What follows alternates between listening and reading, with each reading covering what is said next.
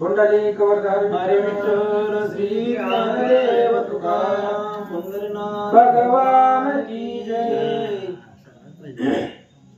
दावे बांधिले उदरी जया म्हणून दामोदर नाम तया ते ध्यान गोपी आठवणिया दामोदर घ्याव म्हणती त्या कथेचं अनुसंधान सगळ्या गवळणी मथुरेमध्ये गोरस विकण्यासाठी निघालेल्या होत्या, पण विकायला गेल्यानंतर ना पाठीमाग भगवंताने केलेलं चरित्र आहे. आता दही घ्या दूध घ्या म्हणायचं होतं, पण त्यांना आठवलं पूर्वी शकरे दुग्धाभिषेक केला. 8-12 ते पाठीमागचा इंद्र आला होता कृष्णाच्या भेटीला आणि इंद्राने दुधाचा अभिषेक कृष्णावरती केला आणि ते त्यांना आठवलं, म्हणून पुन्हा दूध घ्या म्हणायला, दूध घ्या म्हणायच्या ऐवजी कृष्ण घ्या म्हणायला लागली. आणि पाठीमागे यशोदेनं कृष्णाला उकळाला बांधलेलं होतं दाव्यानं, म्हणून त्याला दामोदर नाव म्हणतात. भगवंताला ती पडलं आणि म्हणून दामोदर घ्या, गोविंद घ्या, कृष्ण घ्या अशा प्रकारे गवळणी मथुरेमध्ये ओरडू लागल्या. ओ मथुरेच्या गोरटी ज्यासी केवळ प्रपंच द्रष्टी म्हणती कोटे गे जगजेटी काय अशा गोष्टी बोलता ये. आणि मग विकायला जात असताना गवळणींनी ऐकलं, त्या मथुरेतल्या ते बी बसल्या होत्या, त्यांनी ऐकलं हे शब्द दामोदर घ्या, कृष्ण घ्या अशा प्रकारे गवळणी बोलत होत्या. मग ती जी काही बसलेल्या गवळणी मथुरेतल्या होत्या समोर आल्या आणि तुम्ही म्हणताय की आमच्या मडक्यामध्ये कृष्ण आहे, दामोदर आहे, मग मडक्यामध्ये कुठं आहे दाखवा असं बोलता. जेने मीन रूप धरोनी अवघ समुद्र उडविला गगनी तो वेद उद्धार चक्रपाणी मडक्यात कैसा साठविला. आणि त्या गवळणी बोलतायत बघा, ज्या भगवंताने मीन रूप धारण केलेलं आहे आणि त्या माशाचं रूप धारण करून समुद्र आकाशामध्ये उडवलाय. समुद्रामध्ये ज्यावेळेस उडी मारली त्यावेळेस पाणी सत्य लोकांपर्यंत गेलेलं होतं. एवढा भव्य दिव्य भगवंत आहे आणि तू तुमच्या मडक्यामध्ये कसा बसला सांगा. मंदर उदरा गजे गजेटी जेने पृष्ठीवरी धरली सृष्टी ज्यासी ध्याय भार्गव परमेष्टी तू मडक्यात कैसा साठविला. मंदार पर्वताचा उद्धार केलाय मेरू आणि मंदार. मंदार पर्वत कशासाठी घेतला होता? समुद्र मंथनासाठी घेतलेला होता आणि त्या पर्वताचा ज्यानं उद्धार केलाय असा असणारा तो कृष्ण आहे. वराह रूप धारण केला, पहिला माशाचा अवतार झाला, दुसरा वराह रूप धारण केला, पृथ्वी दाढेवर धरली. जो पृथ्वी दाढेवर धरू शकतो असा तो देव आहे. तुमच्या मडक्यात कसा बसला दाखवा. ज्याने हिरानक्ष मर्दुनी दाढेवरी धरिली आवणी जो शिराब दिवासी मोक्षदानी तो मडक्यात कैसा साठविला. आणि ज्या असणाऱ्या भगवान श्रीकृष्णानं पुढचा त्या ठिकाणी अवतार धारण केला, हिरण्यक्षाला मारलं. वराह रूपामध्ये हिरण्यक्षाला मारलेला आहे आणि त्याला मारून पृथ्वी पातळामध्ये चालली होती, रसातळामध्ये. तेव्हा भगवंतांनी दाढेवरती धरली असा तो भगवंत आहे. आणि तुमच्या मडक्यामध्ये कसा बसला दाखवा. जो प्रल्हाद रक्षक नरहरी ज्याचा क्रोध न माये अंबरी हिरण्य कश्यप मर्दन मुरारी तो मडक्यात कैसा साठविला. चौथा अवतार सांगितला भगवंताचा. प्रल्हादाचं रक्षण करण्यासाठी नरसिंह अवतार धारण केलेला होता आणि तो नरसिंह अवतार धारण करून त्याने हिरण्य कश्यपूला मारला, प्रल्हादाचं रक्षण केला असा तो देव आहे. आणि तो तुमच्या मडक्यामध्ये कसा बसला सांगा. ज्याने तो पाया माझी सकळ आटिले स्वर्ग मृत्यू पाताळ जो बली दर्पहान घन निळा तो मडक्यात कैसा साठविला. पुन्हा 5वा अवतार पुढचा सांगितला. वामनाचा अवतार भगवंताने घेतलेला आहे आणि त्या वामन अवतारामध्ये बुटकस त्यांचं स्वरूप आहे, पण त्याच शरीरामध्ये दिसणाऱ्या छोट्या वामनाला 2 पावलामध्ये स्वर्ग मृत्यू पाताळ आटवून टाकलं. 2 पावलामध्ये, एकाच पावलामध्ये, आणि दुसरा पाऊल बळीच्या डोक्यावरती ठेवला. असा असणारा भव्य दिव्य तो भगवंत आहे आणि तो तुमच्या मडक्यामध्ये कसा बसला सांगा. त्रिसप्तके मुळी हुनी निर्वैर केली ज्याने आवणी परम प्रताप वासर म्हणी तो मडक्यात कैसा साठविला. 6वा अवतार त्या मथुरेच्या गवळणी बोलू लागल्या. म्हणले पाठीमाग 3 वेळा 21 वेळा पृथ्वी नक्षत्रे केली. आईच्या सांगण्यावरनं परशुरामानं 21 वेळा पृथ्वीवर क्षत्रियच ठेवला नाही. एवढं सामर्थ्य त्या परशुरामाकडे होतं, त्यानं तो 6वा अवतार धारण केलेला आहे.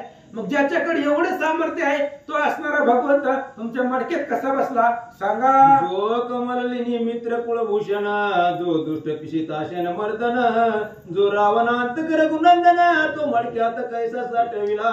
7वा अवतार सांगितला रामायणामधला. राम अवतार भगवंतांनी धारण केला आणि त्यानं राम अवतार धारण करून वनवासाला गेले आणि रावणाला मारलं. दुर्धर रावण इंद्रजित कुंभकर्ण भयानक राक्षस होती. ह्या राक्षसांना त्या रामाने मारलं गेलं. मग असा असणारा राम आहे आणि तो तुमच्या मडक्यामध्ये कृष्ण रूप कृष्ण कसा बसला आम्हाला सांगा. तोची गोकुळे अवतरला गोवर्धन नखाग्री धरिला आगासुर ज्याने उभा चिरिला तो मडक्यात कैसा साठविला. आणि आतापर्यंत जी सांगितले 6 अवतार 7 अवतार सांगितले भगवंताचे आणि तोच असणारा पुन्हा गोकुळामध्ये अवतार धारण करून तोच कृष्ण नावानं अवतरित झालेला आहे. आणि त्याला 7 दिवस अवरात्र आपल्या करंगळीवरती गोवर्धन पर्वत उचललेला आहे. आगासूर केशासूर प्रलंब असल्या दैत्यांना मारलेला आहे. आणि एवढा प्रतापी कृष्ण तुमच्या मडक्यामध्ये कसा बसला मला सांगा. गोकुळीच्या गोपी समाधिस्त त्याशी कृष्णमय जग दिसत कृष्णमय ब्रह्मांड स्वासत नाही हे तू दुसरा पै. आणि त्या असणाऱ्या गवळणीला कृष्णाशिवाय दुसरं काही दिसत नव्हतं. पण ज्यांना प्रपंचाची आवड आहे त्यांना भगवंत ओळखू येत नाही दिसत नाही. मग ते अशा प्रकारे विचारतात. पण गोपींची अवस्था पूर्ण कृष्णमय झालेली होती. त्यामुळे त्यांनी माणसाकडे जरी बघितलं तरी कृष्ण रूप दिसत होता असं सांगू लागले. आयशा गोपी वज्रवासिनी बोलती जेव्हा गजगामिनी म्हणती सर्व मळक्यात चक्रपाणी परिपूर्ण भरला असे. आणि अशा प्रकारे त्या मथुरेतल्या स्त्रियांनी विचारलं की बाबा कृष्ण कुठं आहे. तुम्ही म्हणताय कृष्ण घ्या गोविंद घ्या दामोदर घ्या मग तो कुठे आहे. त्यांनी सांगितलं आमच्या मडक्यामध्ये आहे. आमच्या डोक्यावरची मडक आहे त्या मडक्यामध्ये त्या घागरीमध्ये कृष्ण आहे असं गवळणीने उत्तर दिलं. सर्व घटी बिंबो नितरणी आलिप्त जैसा वेगळा गगनी तैसा सर्व व्यापक मोक्षदानी बर्वे मनी विचारा. आणि तुम्ही विचार करा म्हणले सूर्य आकाशामध्ये आहे पण आकाशाच्या अलिप्त आहे. आता ते गाडग्यामध्ये आपल्याला पाण्यामध्ये त्याचं प्रतिबिंब दिसतो. मग त्या पाण्यामध्ये असतो का बरं. आकाशात जरी दिसला तरी आकाशापासून अंतरावरती सूर्य आहे.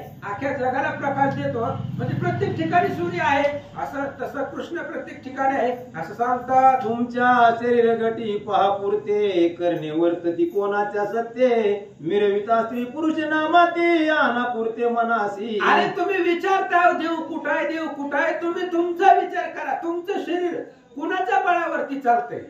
तुमचं जे शरीर चालतंय शरीर इंद्रिय चालतात सगळं तुम्ही तुमच्या मनानं जाताय कुठं बी माघारी येत आहे ती कुणाची सत्ता आहे. श्रीराम शरीर उठवी बैसवी श्रीराम शरीर निजवी फिरवी हे जाणतेनी स्वानुभवी एरा पदवी अतर्क्या जाणे हे शरीर कोणाची आहे सत्य कोण बोलवी ते हरिविना देखवी ऐकवी एक नारायण तयाचे भजन चुको नको. बाकीचं जाऊ द्या. तुम्ही तुमच्या शरीराचा विचार करा. तुमचं शरीर चालतंय बोलतंय फिरतंय. तुम्ही स्वतःला स्त्री म्हणता पुरुष म्हणता पण जे शरीर चालतंय त्या शरीराला चालवणारा कोण आहे कोणीतरी आहे. आणि ते जो शरीर चालवतो त्याला तुम्ही ओळखा. एक सुवर्ण नाना अलंकार एक सागर तरंगा पार बहुत मंदिरे एकांबर तैसा यदूर सर्व घटी. तशा पद्धतीने सगळीकडे कृष्ण आहे. सोनं एकच आहे पण त्या सोन्यापासून अनेक अलंकार तयार करता येतात. पुन्हा मंदिर त्या ठिकाणी एकच अनेक मंदिर असतात. आणि तशा पद्धतीने आकाश सगळ्यासाठी एकच आहे. आकाश काय ह्या गावाला वेगळं त्या गावाला वेगळं आहे का.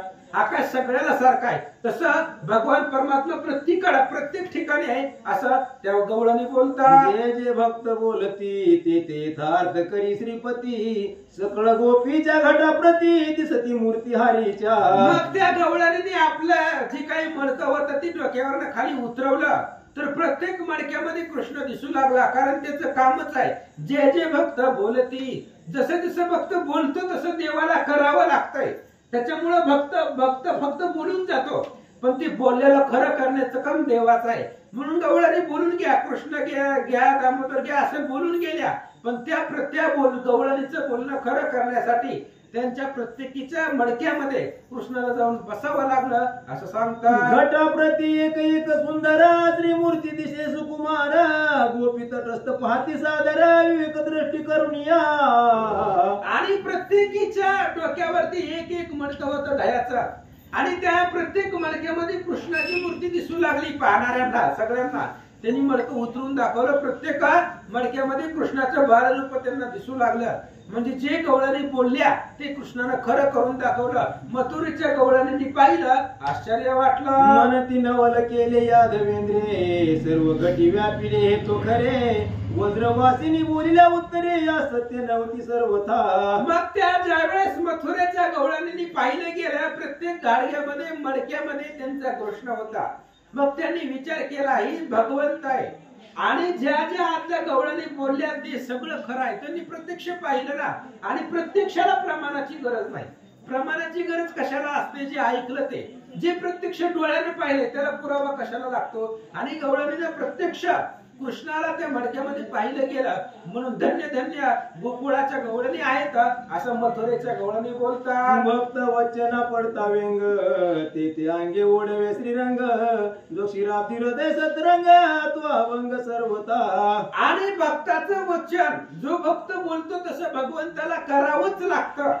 त्यामुळं जसं भक्त बोलून जाईल त्या पद्धतीने भगवंताला वागावं लागतं. भक्ताचं शब्द भगवंत खाली पडू देत नाही असं सांगतात. वाल्मिकी जे जे भाष्य केले ते राघवे वरतून दाविले. भक्त जे वचन बोलले खाली न पडे सर्वता.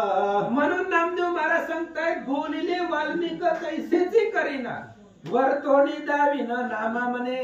रामचंद्र सांगतायत, वाल्मिक जसं बोललाय तसं मला करावंच लागतंय. अहो, राम जन्माच्या आधी 60,000 वर्ष रामायण लिहिलेलं आहे आणि जसं लिहिलंय तसं रामचंद्र वागले. एकही तिळा एवढा सुद्धा बदल वाल्मिकी ऋषींचा भगवान श्रीरामचंद्रांनी केला नाही. जसं लिहिलंय तसंच वागले. तिळा एवढा सुद्धा बदल नाही. आता उदाहरण द्यायचं का? ऐका. वाक शासन शत्रुने नागपाशी, बांधिले श्रीराम सौमित्रासी. भक्त भाष्य सत्य करावयासी, बांधून घेतले रघुवीरे. उदाहरण दिलं. ते असणाऱ्या इंद्रजितानं भगवंताला नागपाशामध्ये बांधलं. मग भगवंताला आकळता येतं का? बांधता येतं का? पण त्यांनी बांधून घेतलं का? तसं लिहिलंय.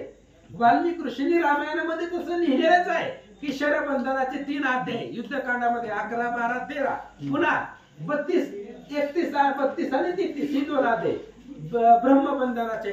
त्याच्यामुळं बांधून घ्यावं लागतंय रामाला, कारण वाल्मिकांनी तसं लिहिलंय. वाल्मिक बोललेले आहेत.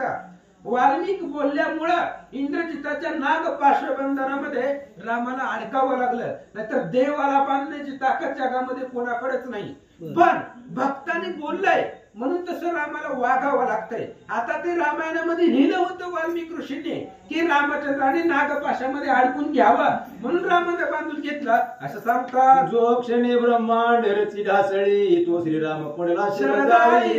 जो भक्ताची अवचनाची पाळी, सर्व स्थित्यंत काळी अक्षय. अहो, जो एकाच क्षणामध्ये ही ब्रह्मांड ढासळेल आणि पुन्हा निर्माण करेल अशी ज्याची ताकद आहे त्या भगवंतानं रामानं भ्रुकुटी म्हणजे भुवई जरी हलवली तरी ब्रह्मांड ढासळण्याची ताकद आहे आणि पुन्हा तेवढ्याच वेळामध्ये निर्माण करण्याची ताकद ज्याच्याकडे आहे तो राम शरबंधनामध्ये पडला. गोपी बोलिल्या जे वचन, ते साच करी जग जीवन. आसो गोपी गोरस विकून गेले तेव्हा गोकुळासी. तो राम शरबंधनामध्ये पडला. आपण ऐकतो आणि रात्रभर ते आधी घेतो. आता लक्ष्मण पडला, कशासाठी पडला? लिहिलंय वाल्मिकी ऋषीनं. नाहीतर लक्ष्मणाला तरी शक्ती लागणे एवढं सोपं आहे का? शेष अवतार आहे तो.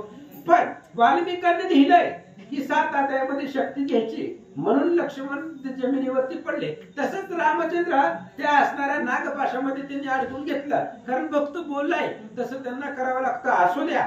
अशा प्रकारच्या गवळणी मथुरेमध्ये आल्या आणि ती काय जी दही होतं, गोरस होतं ती विकल्या आणि पुन्हा महागारी गोकुळाला गेल्या. कृष्ण लीला मुखी गाता, गोपी करीती प्रपंच कृत्य. आणि कन आवडे तुझा येत झाले चित्त कृष्ण रूप. आणि मथुरेहून महागारी गेल्या गवळणी. पण घरी गेल्यावर सुद्धा कामामध्ये काम, काही म्हणा राम राम. घरामध्ये प्रपंच करत होत्या, सर्व काम करत होती. पण काम करत असताना कृष्णाचं स्मरण मुखामध्ये असायचं. कृष्णाला आठवायचं आणि त्याचं गुणचरित्र आठवून ते मुखानं गायचं आणि गात काम करायचं. असं गवळणी करू लागल्या. गुसळीता सुंदर हाती धरिला रवी दोर.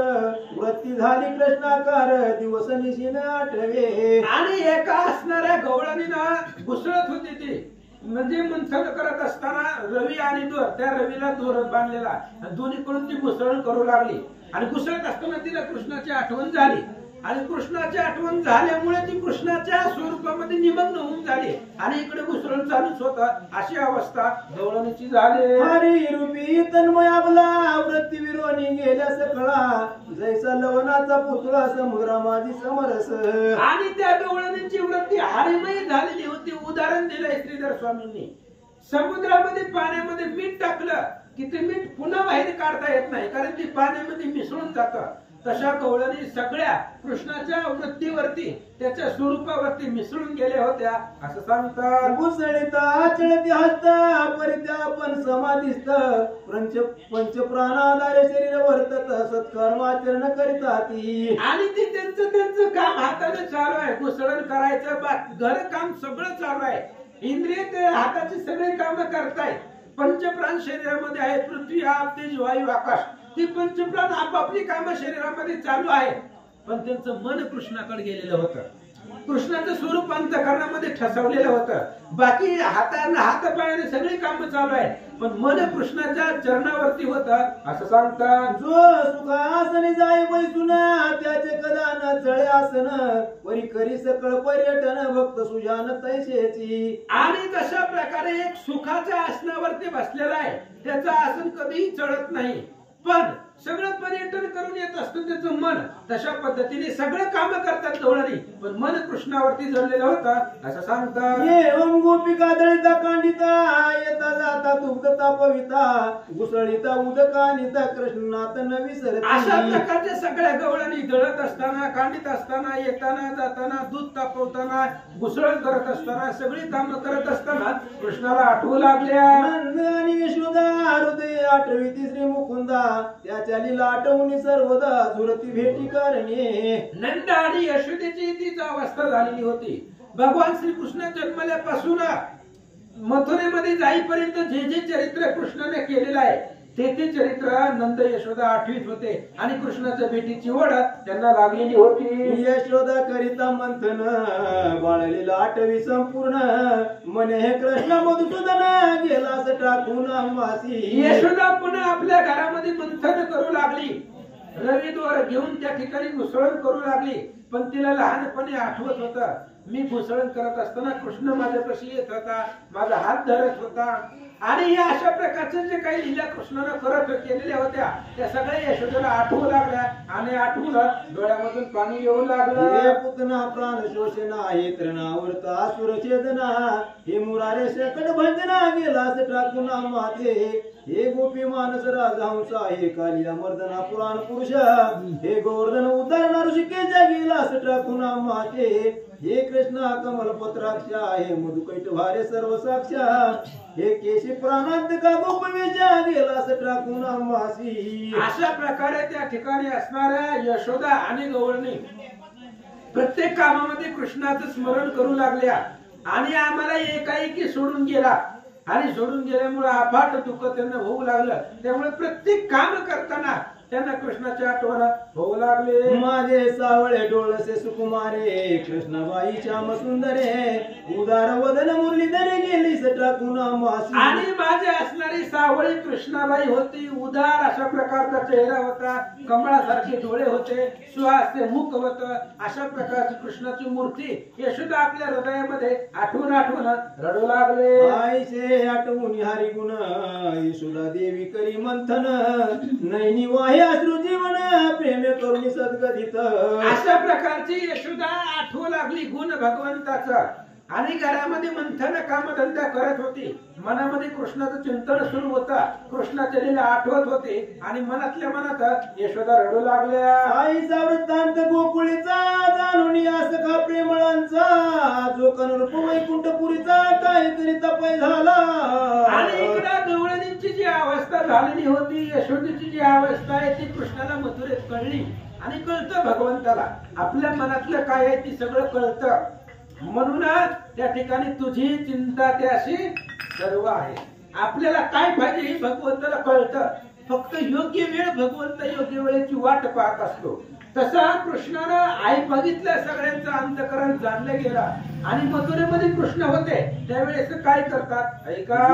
सकळ देवादी देव भक्त वल्लभ करुणार्णव त्याने जवळी बोलविला उद्धव तुझ गोष्टी सांगावया.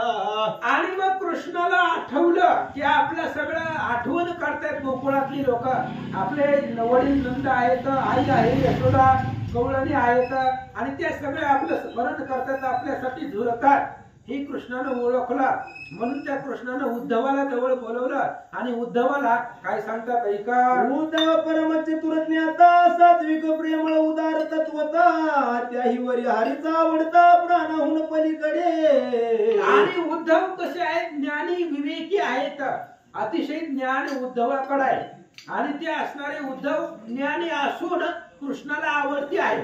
भगवान श्रीकृष्णाची जवळची आवडती उद्धवजी आहेत म्हणून त्या उद्धवाला बोलवलं आणि कृष्ण काय सांगतात. हरी म्हणे उद्धवा एक ऐकावे आपण गोकुळा प्रति जावे गोपिका प्रति बोधावे निर्वाण ज्ञानागम्य जे. आणि त्यावेळेस कृष्ण सांगू लागला उद्धवजी तुम्ही एक काम करा, गोकुळामध्ये जावा, तिथं गोकुळामध्ये स्त्रिया माझं खूप ध्यान करतायत, मला आठवून मनामध्ये ती झुरतात, रडत बसतात, त्याच्यामुळे ती खूप दुःखित आहेत, म्हणून तुम्ही गोकुळाला जावा आणि त्यांना निर्वाण ज्ञानाचा उपदेश करा, त्यांना या दुःख सागरामधून बाहेर काढा असं उद्धवाला कृष्ण सांगतात. माझा आनंद पिता यशोदा जननी दोघे कंठी प्राण ठेवून वाट पाहती दिन रजनी चकोर चंद्र न्यायसी. माझे वडील नंद आहेत, आई यशोदा आहे आणि घरामध्ये ती माझी जसं चातक पक्षी पावसाची वाट आतुरतेने पाहतो, कारण ते पावसाचंच पाणी पितो, त्याच्यामुळे तशा पद्धतीने माझी असणारी आई आणि वडील यशोदा आणि नंद माझी आतुरतेने वाट पाहतात असं उद्धवाला बोलतात. परम गोपिका प्रिय करा सद्भाविका सगुणा उदारा वाट पाहता असतील सुकुमारा चातक जलद न्यायसी. म्हणून ऐका, हे बघा माझे असणारे गोपी प्रिय आहेत, हे मला स्मरण करतात, आठवतात, जसं चकोर पक्षी पावसाची वाट पाहतो त्या पद्धतीने हे असणाऱ्या गवळणी माझी वाट पाहत असतील, म्हणून तुम्ही काय करा. माझे गोकुळीचे गडी ज्याची निरशिली साकडी माझे त्यावरी बहुतावडी देणू वत्स न्यायसी. ऐका, माझे असणारे गोकुळामधले मित्रमंडळ आहे, मी गोकुळामध्ये मित्रमंडळ तयार केलेलं आहे आणि ते माझ्यावरती खूप प्रेम करत होतं.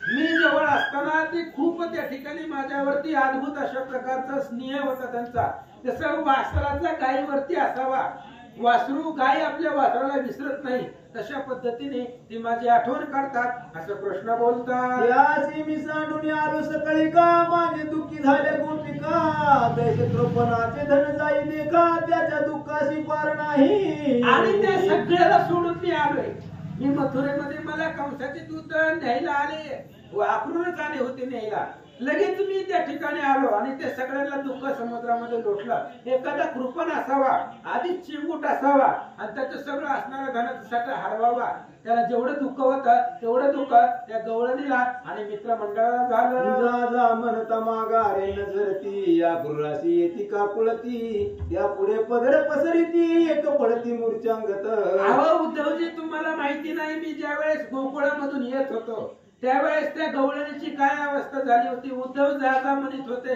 तरी ती रथाच्या पुढे पडलेल्या होत्या, रथाच्या पुढे गडबडा लोळत होत्या आणि माघारी जात नव्हत्या, ही अवस्था माझ्या समोर घडलेली होती असं श्रीकृष्ण सांगतात. म्हणती का नेतू श्यामूचा प्राण घाली ती रथा पुढे लोटांगण एक म्हणते आक्रूर नामाविधान कोणी तुझं ठेविले रे. आणि उद्धवा काय सांगायचं तुम्हाला, मी ज्यावेळेस गोकुळामधून येत होतो आक्रूराच्या रथावरती बसून, त्यावेळेस त्या रथापुढे सगळ्या असणाऱ्या गवळणी डोळणी घेत होत्या, आक्रूराला बोलू लागल्या तू कृष्णाला नाही आमचा प्राणी घेऊन चाललेला आहे, अरे आक्रूर नाव तुझं कुणी ठेवलंय, तुझ्यापाशी क्रूरता आणि निर्दयता भरलेली आहे असं गवळणी बोलल्या होत्या, ते मी ऐकत होतो. तुझे नाम परम क्रूर निर्दयाने हो नको यदुवीर गोकुळेच्या हत्या समग्र तुझं वरी पडतील. अरे बाबा उद्धवजी ऐका, मी ज्यावेळेस येत होतो त्यावेळेस त्या गवळणी बोलत होत्या, अरे तुझं नाव क्रूर ठेवायला पाहिजे होता, आक्रूर कुणी तुझं नाव ठेवलंय, तुझ्या मनामध्ये तिला एवढी सुद्धा दया नाहीये, अरे कृष्ण आमचा प्राण आहे, तो एक व्यक्ती नाहीये, तू त्या कृष्णाला घेऊन जातोय, पण गोकुळ सगळं मरेल आणि सगळं गोकुळ मेल्यानंतर सगळ्या गवळणीच्या गोपाळांच्या हत्या तुझ्या डोक्यावरती बसतील असं मी ऐकत होतो, असं उद्धवाला कृष्ण सांगतो. आईचे गोपिकांची वर्णिता प्रेम सद्गत झाला मेघश्यामा, जो भक्त काम कल्पद्रुम आत्मा राम तो श्रीकृष्ण. आणि अशा प्रकारे गोपिकांचं प्रेमाचं वर्णन करून उद्धवाला सांगत होते श्रीकृष्ण. आणि उद्धवाला सांगत असताना सगळे त्या ठिकाणी कृष्ण सद्गतीत झाले, त्यांचाही कंठ सद्गतीत झाला, प्रेम अनावर झाला आणि कृष्णही स्पंदून उद्धवाला त्या ठिकाणी माहिती सांगू लागले. सांगता गोपिकांची प्रीती नेत्री अश्रुधारास्त्रवती, उद्धवाच्या कंठी श्रीपती मिठी घालून स्पंदतो. आणि गवळणींचं प्रेम वर्णन करत असताना आपल्यावरती गवळणी किती त्यांचा स्नेह होता ते सांगत असताना कृष्णाचा कंठ भरून आला, डोळ्यामधून पाणी वाहू लागला आणि उद्धवाच्या गळ्यामध्ये कृष्णाने मिठी घातली. काय सांगतात? उद्धवा त्यांची भक्ती पडली सगुणी, वियोगी प्राण त्यागी ती कामिनी, त्याची संपूर्ण ज्ञान उपदेशोनी ब्रह्मवादिनी कराव्या. आणि उद्धवाला कृष्ण सांगतायत त्यांचं जे प्रेम आहे ती सगुण मूर्तीवरती जडलेलं आहे, म्हणजे कृष्णाची जी मूर्ती आहे त्या मूर्तीवरती त्यांचं प्रेम आहे, त्यांचा स्नेह आहे. त्यामुळे मी त्यांना जर नाही दिसलो तर ते कदाचित प्राणत्याग करतील, एवढी त्यांची बिकट अवस्था झालेली आहे. म्हणून उद्धवा तू जा गोकुळामध्ये आणि त्या सगळ्या गवळणी जी काही दुःखित आहेत, माझ्या सगुण रूपावरती ज्या जडलेल्या आहेत, त्यांना या दुःखाच्या समुद्रामधून बाहेर काढ, असं श्रीकृष्ण सांगतात. अध्यात्म विद्या दुर्लभ पूर्ण उद्धवा तारी त्याशी सांगून, संता वेगळे निर्वाण ज्ञान कोण उपदेशील दुसरे पै. आणि आत्मविद्या खूप दुर्लभ आहे. अध्यात्म विद्या आणि आत्मविद्या ही लवकर प्राप्त होत नाही आणि मिळतही नाही. आणि ही ज्ञान ही विद्या गुरु आणि संत याच्याशिवाय कोणी सांगत नाही. काल आपण ऐकला अध्यात्मज्ञान काय असतं ते, आत्मज्ञान काय असतं ते गुरु आणि संत याच्याशिवाय दुसरं कोणीच सांगू शकत नाही. आणि तू संत आहे उद्धवा, म्हणून तू जा आणि गवळणींना दुःखामधून बाहेर काढ, असं श्रीकृष्ण सांगतात. आईसे बोलून रमानाथ उद्धवाच्या मस्तकी ठेविला हात, ज्याने पूर्वी देव गुरुपाशी भौत विद्याभ्यास पै केला. आणि अशा प्रकारचा असणारा उद्धव आहे आणि त्या उद्धवाच्या मस्तकावरती श्रीकृष्णाने हात ठेवलेला आहे. आणि त्या उद्धवाने पूर्वी बृहस्पतीपाशी अभ्यास केलेला होता, म्हणजे बृहस्पतीकडून ज्ञान प्राप्त करून घेतलं होतं उद्धवानं. आणि त्या उद्धवाच्या मस्तकावरती श्रीकृष्णाने कृपेचा हस्त ठेवला, असं सांगतात. आधीच बोल का विचक्षण वरी वाचस्पती पाशी अध्ययन, विशेष कृष्ण कृपा परिपूर्ण परमस ज्ञान उद्धवतो. आणि त्या उद्धवा पण किती ज्ञान आहे, त्या उद्धवाच्या ज्ञानाची तुलना करता येत नाही. आधीच बोलका चतुर आहे आणि त्याच्यामध्ये बृहस्पतीकडून त्यांनी ज्ञान प्राप्त करून घेतले. देवांचे गुरु बृहस्पती आहे, त्यांच्यापाशी अध्ययन केलेलं आहे आणि वरी कृष्णाच्या कृपेचा हस्त आहे, म्हणून त्याच्या ज्ञानाची तुलना करता येत नाही, असं सांगतात. हरिचरणी माता ठेवणी उद्धव निघाला त्याच क्षणी, दिव्यरती आरोढणी गोकुळ पंथ चालिला. लगेच उद्धवाने कृष्णाच्या पायावरती चरणावरती आपलं डोकं ठेवलं, त्यांचं दर्शन घेतलं, रथावरती बसला, गोकुळाच्या दिशेने निघाला. पहिल्याच प्रेमळ गोकुळीच्या गोरटी, विशेष उद्धव चालिला त्यांच्या भेटी, आधीच वाराणसी नगरी गोमटी, त्यावरी जानवी आली तेथे. आणि मग आधीच गोकुळामधले ज्या स्त्रिया होत्या त्या कृष्णाच्या स्वरूपावरती भाळलेल्या होत्या, म्हणजे त्यांचं चित्त आधीच कृष्णमय झालेलं होतं.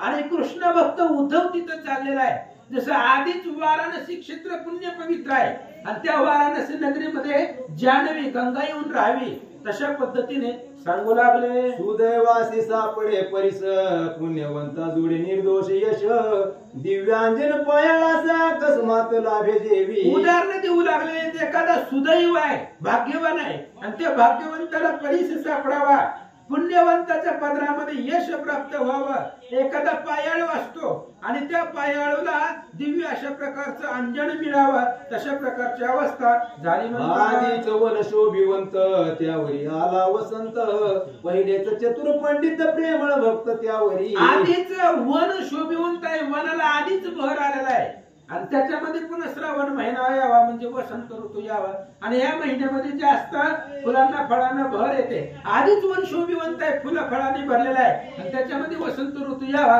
तशी अवस्था. आधीच कौस्तुभ तेजा गळावर विष्णूच्या वक्षस्थळी मिरवला, आधीच उदार दाता भला त्याही वरी सापडला धन खूप. आधीच कौस्तुभ तेज म्हणायची, कौस्तुभ मणी आहे ती त्याला आधीपासून तेज आहे, पण तो कौस्तुभ मणी भगवंताच्या हृदयामध्ये विराजमान झाला म्हणून त्यालाही त्या ठिकाणी शोभा आली असं सांगतात. तैसा ओळवेला तरस उद्धव आवडता श्रीकृष्णास, विशेष बोलू चालीला गोपिकास तो सुरस रस अवधारा. आता या ग्रंथाला रस येणार आहे, म्हणजे कथा ऐकायलाही तुम्हाला गोड वाटेल. का आधीच गवळणी गोड आहे, त्या कृष्णाच्या कृष्णावरती त्यांचं मन आहे आणि उद्धवही कृष्ण भक्त आहे, त्यामुळे आता कथेला रस येणार आहे, सुंदर कथा वाटणार आहे. म्हणून ऐका.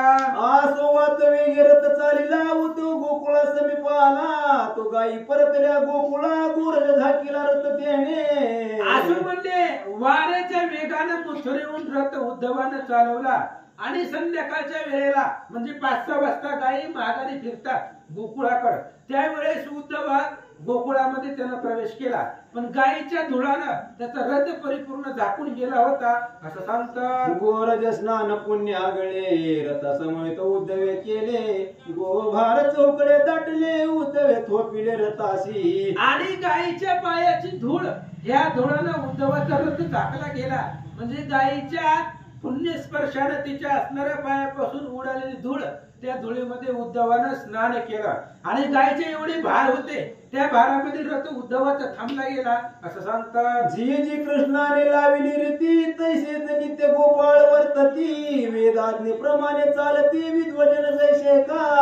आणि कृष्णाने लहानपासून जसं गोपाळांना वळण लावलेलं आहे, कोणी लावलंय कृष्णाला, म्हणजे कृष्ण जसं वर्तत होते पूर्वीपासून तसंच गोपाळ वर्तन आजही करत होते, म्हणजे वेदाच्या पाठीमागे पंडित ज्ञानी जातात, वेदानं मार्ग दाखवून गेला त्या मार्गाने चालतात, तसं कृष्ण जसं करत होता तसं गोपाळ करू लागले. पुढे गायींचे भार चालती मागे गोपहारी लीला गाती, एक कृष्ण वेश घेऊन हाती मुरली धरून उभासे. आणि कृष्ण जसं सेम टू सेम तसंच गोपाळ करत होते, पुढे गायीचे भार चालत होते, गायीच्या पाठीला का माग नव्हता, गाय पुढे जात होत्या, पाठीमागून गोपाळ मुखामध्ये कृष्णाची कीर्ती वर्णन करत होते आणि एका गोपाळाने कृष्णाचा वेश धारण केलेला होता आणि मध्यभागी पावा वाजवत थांबला. कृष्ण वेश ज्याने धरिला केवळ कृष्णाच्या ऐसा भासला, भोवती गोपाळांचा मेळा चांबरेवरी ढाळीती. ज्या गोपाळाने कृष्णाचा वेश धारण केला होता तो कृष्णच दिसत होता आणि कडाने सगळे असणारे गोपाळ होते, कोणी कृष्णावरती छत्र धरलेला आहे, कोणी त्याला वारा घालू लागलेला आहे असं सांगतात. घुमऱ्या पावे टाळ मृदंग मुद्र गायन रागो राग उपराग, हरिपदी धरुणी अनुराग लीला गाती हरीची. आणि मग अनेक प्रकारचं वाद्य आहे, टाळ आहे, मृदंग आहे, मुदर, अशा प्रकारचं गायन, त्या गायनामध्ये राग आहे, उपराग आहे, असं गायन करून कृष्णाच्या लीला गात असलेले उद्धवजी पाहतात. मूक दिसे त्यांचे सावळी गोचर नरज त्यावरी बैसले, पांडुरंग वर्ण मुख शोभले ते वर्णिले नच जाई. श्रीधर स्वामी सांगतायत त्यांचं असणारं रूप गोपाळांचं काळ सावळ होतं आणि त्याच्यामध्ये गायीच्या पायापासून जी धूळ उडाली होती ती त्यांच्या चेहऱ्यावरती जाऊन बसलेली होती, म्हणजे पांडुरंगाचा जसं वर्ण आहे सावळा तसं ते सगळे गोपाळ दिसू लागले, म्हणून त्यांचं वर्णन इथं मला करताच येत नाही असं श्रीधर स्वामी सांगतात. श्रीधर म्हणे मद येते दृष्टांत, स्फुरला तू ऐका प्रेमळ भक्त, भीमा तटी हरी पंढरीनाथा बुका उधळत तयावरी. श्रीधर स्वामी सांगतायत ह्या गोपाळांच्या स्वरूपावरती मला एक दृष्टांत आठवला आणि तो दृष्टांत तुम्हाला सांगतो. भीमीच्या तीरावरती भगवान परमात्मा उभा आहे, कमरेवरती हात ठेवून, आणि त्याच्या चेहऱ्यावरती वारकरी भक्तांनी बुका उधळावा पुढं. उदार मुख चांगले त्यावरी शुभ्र वर्ण मिरवले, जैसे इंद्र निळाची घातली काश्मीराचे सतीश कवच.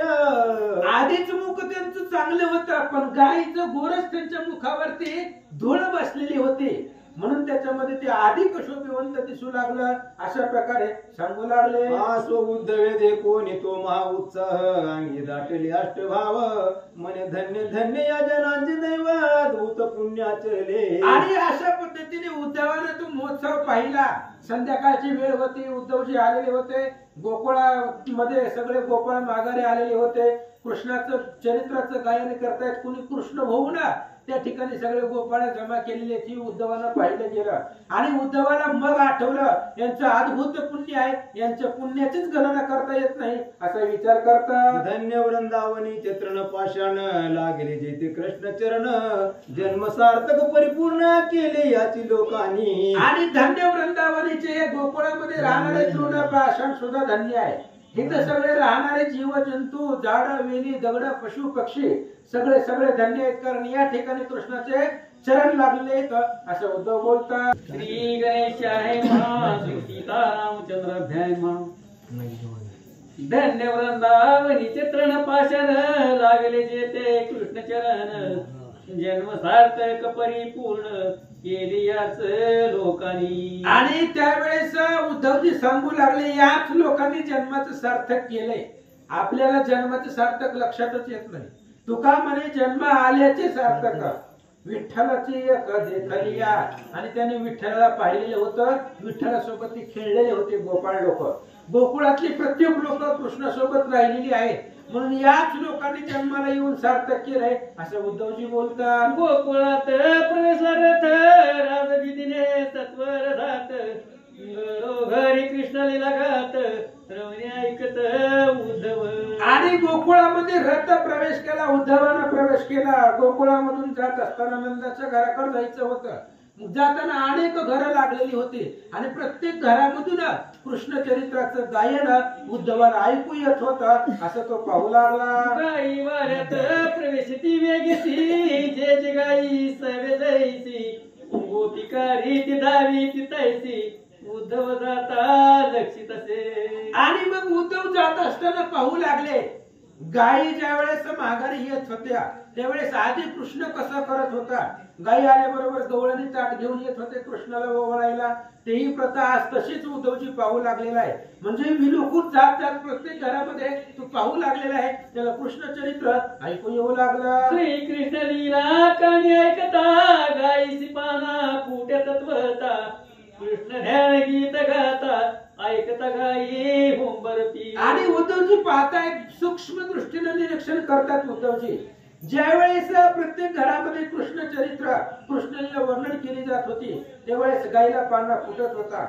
आणि ज्यावेळेस कृष्णाचं त्या ठिकाणी उच्चार होत होता त्यावेळेस गायी सुद्धा हंबरड होत्या. म्हणजे गायी सुद्धा त्याला प्रत्युत्तर देत होत्या असं उद्धवजी पाहू लागले. या हाती भरणा घेऊन हरिलीला गाय एक कामिनी मणे वैकुंठ पती चक्रपाणी नंद सदनी अवतरसी. आणि त्या कृष्णाचं चरित्र ऐकलं की गायीला पान्हा फुटत होता. म्हणून गायी मग कृष्णाचं चरित्र ऐकले पाहिजे तेवढं तो गायी देत होते. म्हणून गवळणी काय करायचं हातामध्ये मडकं गाडगं घेऊन त्या गायीच्या स्थानापाशी बसायच्या आणि कृष्णाचं वर्णन गात होत्या. कृष्णाचं वर्णन गायीने ऐकलं की त्या मडक्यामध्ये मडकं भरून दूध निघत होतं असं गवळणी करू लागल्या.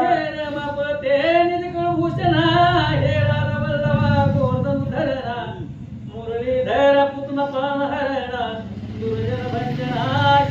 आणि त्या गायीच्या जवळपासून गवळणी बोलू लागलेले होते हे असणाऱ्या भगवंता दुर्जनाचा संहार केलेला आहे. तू गोकुळावरती प्रत्येक संकट घालवलेला आहे. आमच्यासारख्या असणाऱ्या दिनाचं उद्धार केलेलं आहे, संरक्षण केलेलं आहे असं गवळणी बोलत होत्या. घरोघरी गोपी गाती गीत मग गायीची पाना फुटत ते उद्धव लोकित प्रेम भरीत झाला. आणि अशा पद्धतीने जात असताना उद्धव पाहू लागलेले आहेत. गवळणी त्या असणाऱ्या गायीपाशी बसून कृष्णाचं वर्णन करत होत्या आणि त्यावेळेस गायीला पान्हा फुटत होता आणि खाली ठेवलेली जी काही भरणा असेल ती भरणा भरून दूध निघत होतं. उद्धव जाता जाता पाहू लागले. ऐकल्या वीण मुरली स्वर एक गाय काढून धार असो उद्धव नंदद्वार एकाएकी पावला. कृष्णाच्या मुरलीचा आवाज त्याच्या पोव्याचा आवाज जोपर्यंत कानावर पडत नाही तोपर्यंत काही काही गारा धारच काढू देत नव्हत्या. ज्यावेळेस कृष्णाचा मधुर स्वर मुरलीचा कानावरती पडेल तेव्हा खालचा भरणा भरून दूध देत होत्या. असं म्हणले. असं उद्धव पाहत पाहत नंदराजाच्या अंगणामध्ये येऊन थांबले. नंदे उद्धव देखील परभाषे पुढे धाविनला खेमालिंगन वेळा प्रेम भरे दिदले. नंदाने उद्धवाला पाहिलं पाहिल्याबरोबर उद्धवजी धावले आणि ते असणाऱ्या उद्धवाच्या कंठामध्ये नंदानं जाऊन प्रेम आलिंगन दिलं, मिठी मारले. सोडीला बाहेर नंदे उद्धवाचा धरीला कर प्रवेश निज मंदिर उत्तमासने बैसविला. आणि उद्धवानं रथ अंगणामध्ये सोडला. नंदाजी आले. नंदानं उद्धवाचा हात धरला, आपल्या घरामध्ये नेला आणि उत्तम आसन उद्धवाला बसण्यासाठी दिला. उद्धवाची पूजा करून मग नंद पुसे वर्तमान मने सुखे की मन मोहन बोलत नाही जगभरे. मग उद्धवाची पूजा केली. उद्धवाला उंच अशा प्रकारच्या आसनावरती बसवलं नंदराजानं. मग नंद पुढे बसला आणि मग नंदराजा विचारू लागले, कृष्णाचं काय चाललंय म्हणले. त्या असणाऱ्या कृष्णाचं व्यवस्थित सर्व चालू आहे का असं विचारत असताना नंदराजाचे डोळे भरून आले. उद्धवा कृष्ण आता येथे उपक्षिण गेला माते सर्पमुखी होऊन माते कृष्णनाथे काढिले. आणि उद्धवाला सांगू लागलेला आहे, नंद उद्धवजी कृष्ण आता माघारी येणार नाही. आमची उपेक्षा करून तो गेलेला आहे. आम्ही जाऊ नको म्हणत होतो तरी कृष्ण गेलेला आहे. आता तो पुन्हा माघारी येईल, आम्हाला भेटल असं मला वाटत नाही. अहो उद्धवजी तुम्हाला काय सांगायचं, शक्तीच्या देवीच्या पूजेला आम्ही गेलो होतो तेव्हा एका सापाने मला गिळलेलं होतं आणि त्या सापाच्या मुखामधून मला या कृष्णाने सोडवलं होतं असं नंदराजा सांगतात. पूतना तरणावर ताघासुर कार्यामधून प्राचीला वैश्वानर गोवर रणुतून थोर पराक्रम झालेला. आणि उद्धवजी तुम्हाला काय सांगायचं तुम्हाला माहिती नाही. कृष्ण लहान असताना काय काय चरित्र केलेलं आहे. पूतना, आगासूर, बकासूर, केशी, प्रलंब, गोवर्धन पर्वत उचललेला आहे. 12 गावाग्नी गिळलेला आहे. अनेक प्रकारच्या दैत्यांना मारलेला आहे असं नंदराजा सांगतात. सरगळ होऊन नंद सांगत तो यशोधाई आदित्येत मतोरी हरी प्रताप समस्त उद्धव सांगे तयासी. आणि मग अशा प्रकारे नंद कृष्णाचा प्रताप सांगत असताना सदगदित झाले. डोळ्यामधून पाणी वाहू लागलं. तेवढ्यामध्ये यशोदा जवळ आली उद्धवाच्या. यशोदा आणि नंद उद्धवाच्या पुढे बसलेले. त्यावेळेस उद्धवानं मथुरेतल्या कृष्णाचा पराक्रम सांगायला सुरुवात केली. या दिवसापासून जे जे पुरुषार्थ केले माधवे ते ते सकवर्णिले उद्धवे ऐकता दोघे तटस्थ. आणि मग गेलेल्या दिवसापासून ज्या दिवशी श्रीकृष्ण गोकुळ सोडून मथुरेमध्ये गेले त्या दिवसापासून आतापर्यंतचा सगळा कृष्णाचा पराक्रम उद्धवानी सांगितलं. गेल्या ती धनुर्याग पाहिलं, मोडलं. पुन्हा सगळ्या कंसाच्या राक्षस सैन्याला मारलं, कंसाला मारलं, देवकी वसुदेवाला सोडवलं, उग्रसेनाला राज्याभिषेक केला. ही सगळी कथा सांगितली. त्यावेळेस दोघांना आनंद वाटला. माया म्हणे काय करू विचार हरिवीर शून्य तीस मंदिर उद्धवा या स्थळी श्याम सुंदर जन्माला साचार मग यशोदा त्या ठिकाणी दुःख करू लागली. म्हणली उद्धवा तुम्हाला काय सांगायचंय. अहो याच घरामध्ये कृष्ण जन्माला आलेला आहे. पण आज कृष्णाशिवाय सगळं घर शून्य दिसतंय. आज कृष्ण नाही, घर ओस दिसायला लागले. अहो याच घरामध्ये कृष्ण जन्मलेला होता. तुम्हाला काय सांगावं असं यशोदा सांगते. या पालकी हरी निजविला येच नानी म्या धानीला याची मंचकावर पोहडला मग पुढे उद्धवा. अहो उद्धवा तुम्हाला काय सांगायचं. याच पाळण्यामध्ये मी कृष्णाला झोपवलंय आणि कृष्णाला झोपून मी झोका दिलाय. याच असणाऱ्या मंचकावरती कृष्णाचं झोपण्याचं आसन होतं. इथंच मी कृष्णाला न्हाऊ घातलेला आहे, आंघोळ घातलेली आहे. इथंच माझ्या पुढे कृष्ण झोपत होता. काय काय सांगू असं यशोदा बोलते. याची डोळा गळी बैसे पहा श्रीची मयूर पिचे वनवाचे भारच्या सुवासे मंदिर अवघे दुमदुमीत. बघा उद्धवजी बघा, ही जी डोलणारा दिसते तुम्हाला पाळणा, याच पाळण्यामध्ये कृष्ण सारखं बसत होते. आणि या कृष्णाचं मोरपीस बघा या पाळण्यावरती पडलेला आहे. आणि तो मोरपीस आणून उद्धवाला दाखवला आणि वेळोवेळी कृष्ण इथेच बसत होते असं यशोदा सांगते. कृष्णाची घोंगडी पावा काठी हेच गुजांचे हार झळकत होते कंठी कृष्णाची भालेली गोमटी माया दावीत उद्धवाते. मग उद्धवाला कृष्णाच्या जी काही लहानपणीच्या वस्तू आहेत ते सगळे आणून दाखवले. बघा ही घोंगडी, हीच घोंगडी खांद्यावरती टाकून कृष्ण रानामध्ये जात होता. ही बघा कृष्णाच्या हातामधली काठी हीच आहे. हीच काठी घेऊन कृष्ण जात होता. आणि जी काही लहानपणाची घालायची आभरण असतील, आपण कपडे म्हणू, ती सगळे असणारी एक एक आभरण आणून उद्धवा पुढे ठेवला. पदक वाखन के पिंदरी काढून उद्धवासी दाविली मगर नसरे हाक फोडीले मने वनमाळी करी असी. मग यशोदेनं कृष्णाच्या पायातलं पदक आहे, वाघ नखे आहेत, पितांबर आहे, अशा प्रकारची सगळे असणारी जी काही जुनी आठवण आहे उद्धवाची, आणि ती सगळी असणारी जुनी आठवण यशोदा उद्धवा पुढे दाखवल्या. सगळे आभरण पुढे ठेवली आणि मग करुण स्वरानं कृष्णाच्या नावानं हाका मारू लागले. गोविंदा कृष्णा यादवा जगनमोहन हरी माधवा तुझे नाम करुणा वर्णा काय येते करावे. आणि त्यावेळेस सांगितलं, यशोदा खूप रडू लागलेली आहे.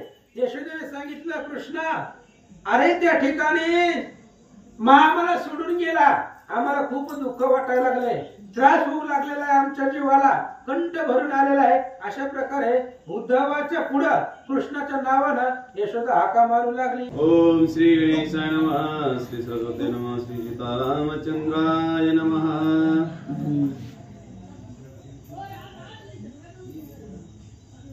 गोविंदा कृष्णा यादव जगन्मोहन हरी माधव तुझे नामी करुणारवा काय येथे करावे. कृष्णाची असणारी जुनी जी काय असणारी बाळपणाची लेणी आहेत, अलंकार असतील, अंगावरचे कपडे असतील, पदक असेल, गळ्यामधले मुक्तहार असेल, घोंगडे असेल, काठी असेल, जी काय असणारी कृष्णाची आठवण आहे, ती सगळी उद्धवाच्या पुढे यशोदेने आणून ठेवली. आणि मग दीर्घ सुरानं यशोदा कृष्णाच्या नावानं हाका मारू लागलेले, कृष्णाला बोलवू लागलेले, कृष्णा जेव्हापासून तू इथून गेलेला आहे तेव्हापासून ही घर ओस पडलेला आहे आणि तू इथं नाहीये, आम्ही काय करावं असं यशोदा रडू लागले. मासिया श्रीरंगा डोळसा सुकुमारा सुकुमारा सावळा पडसा गेला सीता को निराजसा पुराण पुरुषा. श्री हरे, हे असणारे भगवंत माझं पाडस आहे. पाडस म्हणजे लेकरू आहे, डोळस आहे, सुंदर आहे, आणि तू असणारा पुराण पुरुष आहे, परमात्मा आहे, पण माझं लेकरू होता आणि मला सोडून तू एकाएकी कसं गेला असं यशोदा बोलते. तुझं म्या बांधिले उकळी म्हणून रुसला वनमाळी, तुझ्या हाती गुरे राखविली नोनिया सर्वशा. अरे कृष्णा, मी तुला उकडाला बांधलेलं होतं म्हणून तुला राग आला की काय, म्हणून आम्हाला सोडून गेला.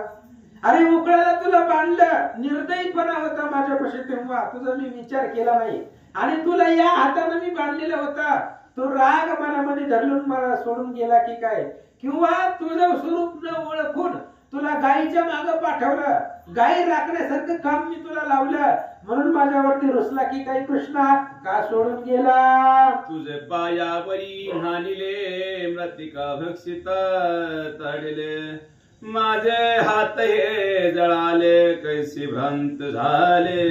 कृष्णा, माझे असणारे हात आहे, ते हाताने तुला मी कानाखाली लावलेली होती, हे हाताने तुझ्या गालावरती मारलेलं होतं. ज्यावेळेस तू लहान होता आणि माती मुखामध्ये घातली होती, ज्यावेळेस बळीराम दादा मला सांगत होता की कृष्णाने माती खाल्ले, त्यावेळेस ही हाताने तुला मी मारत होते, त्यामुळे ही माझा हात जळून जावं असं यशोदा बोलते.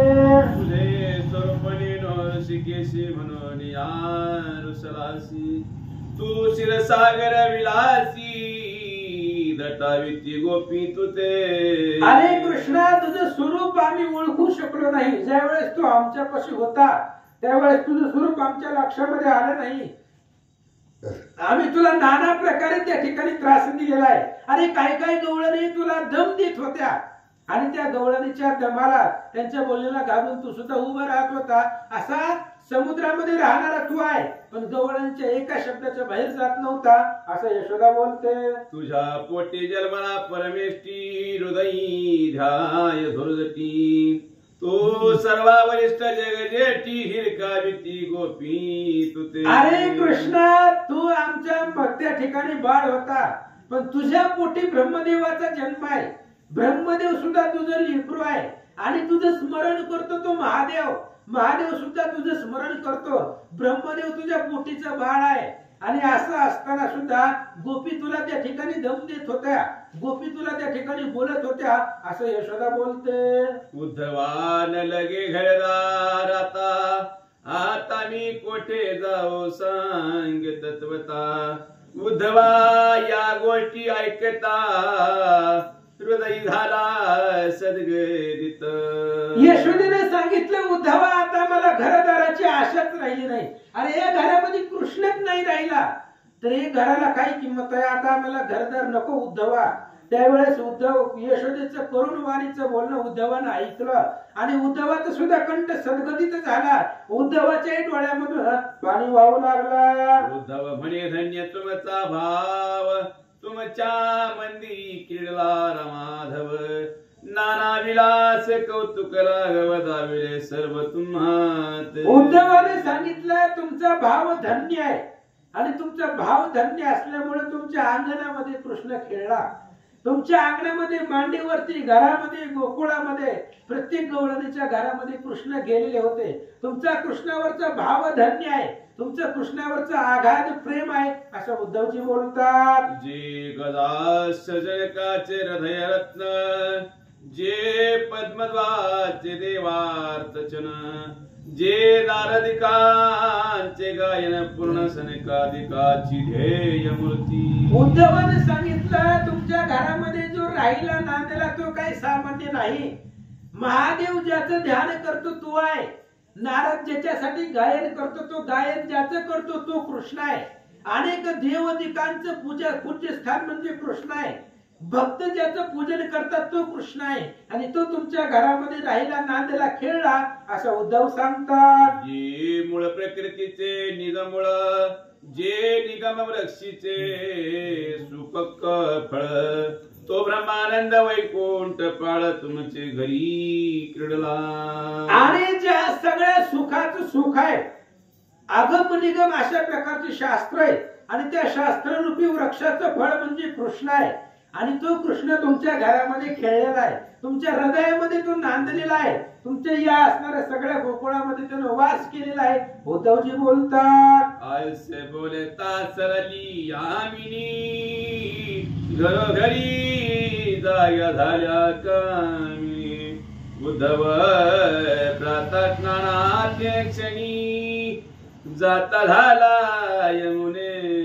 अशा प्रकारे यशोदा सांगत सांगत रात्र संपली. अख्खी रात्र कृष्णाच्या स्मरणामध्ये गेली. यशोदेनं सगळी कथा कृष्णाची रात्रभर उद्धवाला सांगितली. रात्र सरल्यानंतर दिवस उजळला आणि उद्धवजी त्या ठिकाणी स्नान करण्यासाठी यमुनेकडे निघाले आणि सगळ्या गोकुळामधल्या स्त्रिया जाग्या झालेल्या होत्या. उद्धवजी निघालेले तर काय होतं, तो घरोघरी हरी स्मरण होता, दीप लाविले लख लखित.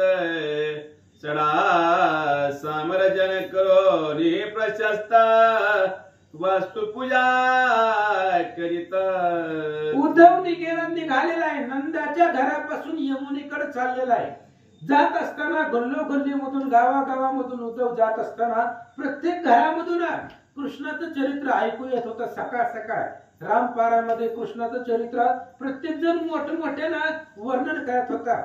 प्रत्येकाच्या घरापुढे सडा टाकलेला आहे, रांगोळी काढलेली आहे आणि तिथल्या असणाऱ्या वास्तूची पूजा प्रत्येक जण करत होतं. असं दृश्य उद्धवजी पाहत पाहत निघाले. मुखी गात हरीच्या लीला, गोपी घालती रंगमाला. अंग प्राक्षालोनी अबळा, कनेक कामरे सती. आणि अशा पद्धतीने उद्धव जात असताना पाहू लागलेले आहेत. सगळ्या गवळणी मुखानं कृष्णाचं नामस्मरण करत होत्या आणि नामस्मरण करता करता स्नान केलं त्यांनी आणि स्नान करून पुन्हा कनक सोन्याचे त्या ठिकाणी अलंकार अंगावरती परिधान केलेले आहे. वेगवेगळी वस्त्र परिधान केलेली आहेत. असं उद्धवजी पाहत पाहत निघाले. दिव्य अलंकाराची प्रभा पाकली, या रक्त कुंकुम शोभे बाळी. अंजना विराज नेत्रे कमळी, मुक्ता जाई श्री शोभे. आणि त्या गवळणींनी आंघोळ केल्यानंतर ना दिव्य अशा प्रकारचे अलंकार गळ्यामध्ये घातलेले होते, शरीरावरती परिधान केलेले होते आणि त्या अलंकाराची प्रभा संपूर्ण दश दिशाला फाकलेली होती. आणि मध्ये त्या ठिकाणी दोन्ही भांगीच्या मध्ये केसाच्या मध्ये कपाळावरती कुंकुम लावलेला आहे आणि ते कुंकुम आरक्त दिसू लागलेला आहे, लाल भडक दिसू लागलेला आहे. अंगामध्ये त्या ठिकाणी डोळ्यामध्ये काजळ घातलेला आहे, ते काजळही डोळ्यामध्ये शोभिवंत दिसतंय आणि मुक्त जाळी डोक्यामध्ये त्या ठिकाणी असणारी दिसू लागलेली आहे असं सांगतात. जडित ताटके करणी दिसती हुसळीताच तेज तळपती करणी मुक्त घोष ढाळ देती कुंती कुंज जेवी गगनी. आणि त्यांच्या कानामध्ये ताटक आहे, दोन्ही कानामध्ये कानाला लावून खाली लोंबते दिसलेले आहेत. ते उद्धवानं पाहिलेलं आहे. पुन्हा त्या ठिकाणी असणारा ज्या वेळेस ते घुसळण करत असतील त्यावेळेस कानामध्ये जी ताटके होते ती शोभिवंत तळपत असताना लाल भडक त्याचा प्रकाश पडलेला दिसू लागलेला आहे. आणि अशा प्रकारचं वर्णन गवळणीचं श्रीधर स्वामी सांगतात. विद्युत प्राय झळकती चुडे मंदिरी घुसळता प्रभा पडे कंठी एकावळी डोलती कोडे बहुभूषणे शोभती. आणि त्यांच्या हातामध्ये चुडे होते. ज्या वेळेस ते रवी आणि दोर हातामध्ये घेऊन घुसळण करत होत्या त्यावेळेस ते असणाऱ्या चुडा त्या चुड्यांचा प्रकाश पडलेला होता. अनेक प्रकारचे अलंकार त्यांनी घातलेले होते. कंठामध्ये त्या ठिकाणी माळा होत्या, ते माळाही शोभिवंत दिसू लागलेले आणि अनेक प्रकारची भूषणं होती. भूषणं म्हणजे अलंकार हातामध्ये होते, गाळ्यामध्ये होते, कानामध्ये होते, डोक्यामध्ये होते. प्रत्येक ठिकाणी त्या ठिकाणी रत्नजडित अलंकार गोपींनी परिधान केलेले होते. माझे रत्नजडित कांची प्रभा भाके मुद्रिकांची पायी नोपुरे पैंजनाची ध्वनी उमटे. आणि पुन्हा अंगावरती रत्नजडित कोंदणी होते, म्हणजे रत्नासारख्या रत्नरूपी अलंकार अंगावरती परिधान केलेले होते. हातामध्ये मुद्रिका होत्या, अंगठ्या होत्या, त्या अंगठ्याचा प्रकाश पडलेला होता. पायामध्ये पैंजण होता, ते पैंजण वाजतही होता आणि त्या असणाऱ्या पैंजणाच्या त्या ठिकाणी ध्वनी उमटत होता अशा प्रकारे सांगतात. देखता त्यांचा वदन चंद्र दिवांगनाला जती समार हंस गमनाच्या परम चतुर घरोघरी घोसळती. उद्धव पाहू लागलेली आहेत आणि त्यांचा वदन चंद्र मुखवृत्ती चंद्र पाहिल्यानंतर ना स्वर्गामधल्या अप्सरा स्त्रिया रंभा उर्वशी ही सुद्धा लाजून जातील एवढं दैदिप्यमान त्यांचं स्वरूप होतं. आणि हंस गमना, हंस हळूहळू चालतो. हंसाच्या चालीनं त्या गवळ्याने आपल्या घरामध्ये वावरत होत्या आणि घुसळण करत असताना दरवाजामधून खिडकीमधून उद्धवजींना दृष्टीला दिसत होता आणि पाहत पाहत उद्धव निघाले.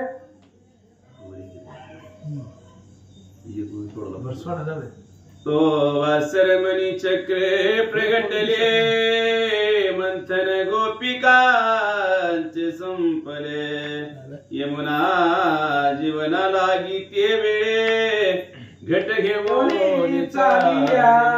सूर्य उगवला आणि सूर्य उगवण्याच्या आधी म्हणजे पहाटे 5-6 वाजता ही घुसळण करत होत्या आणि सूर्य उगवल्यावर बाहेर सूर्याचा प्रकाश पडला.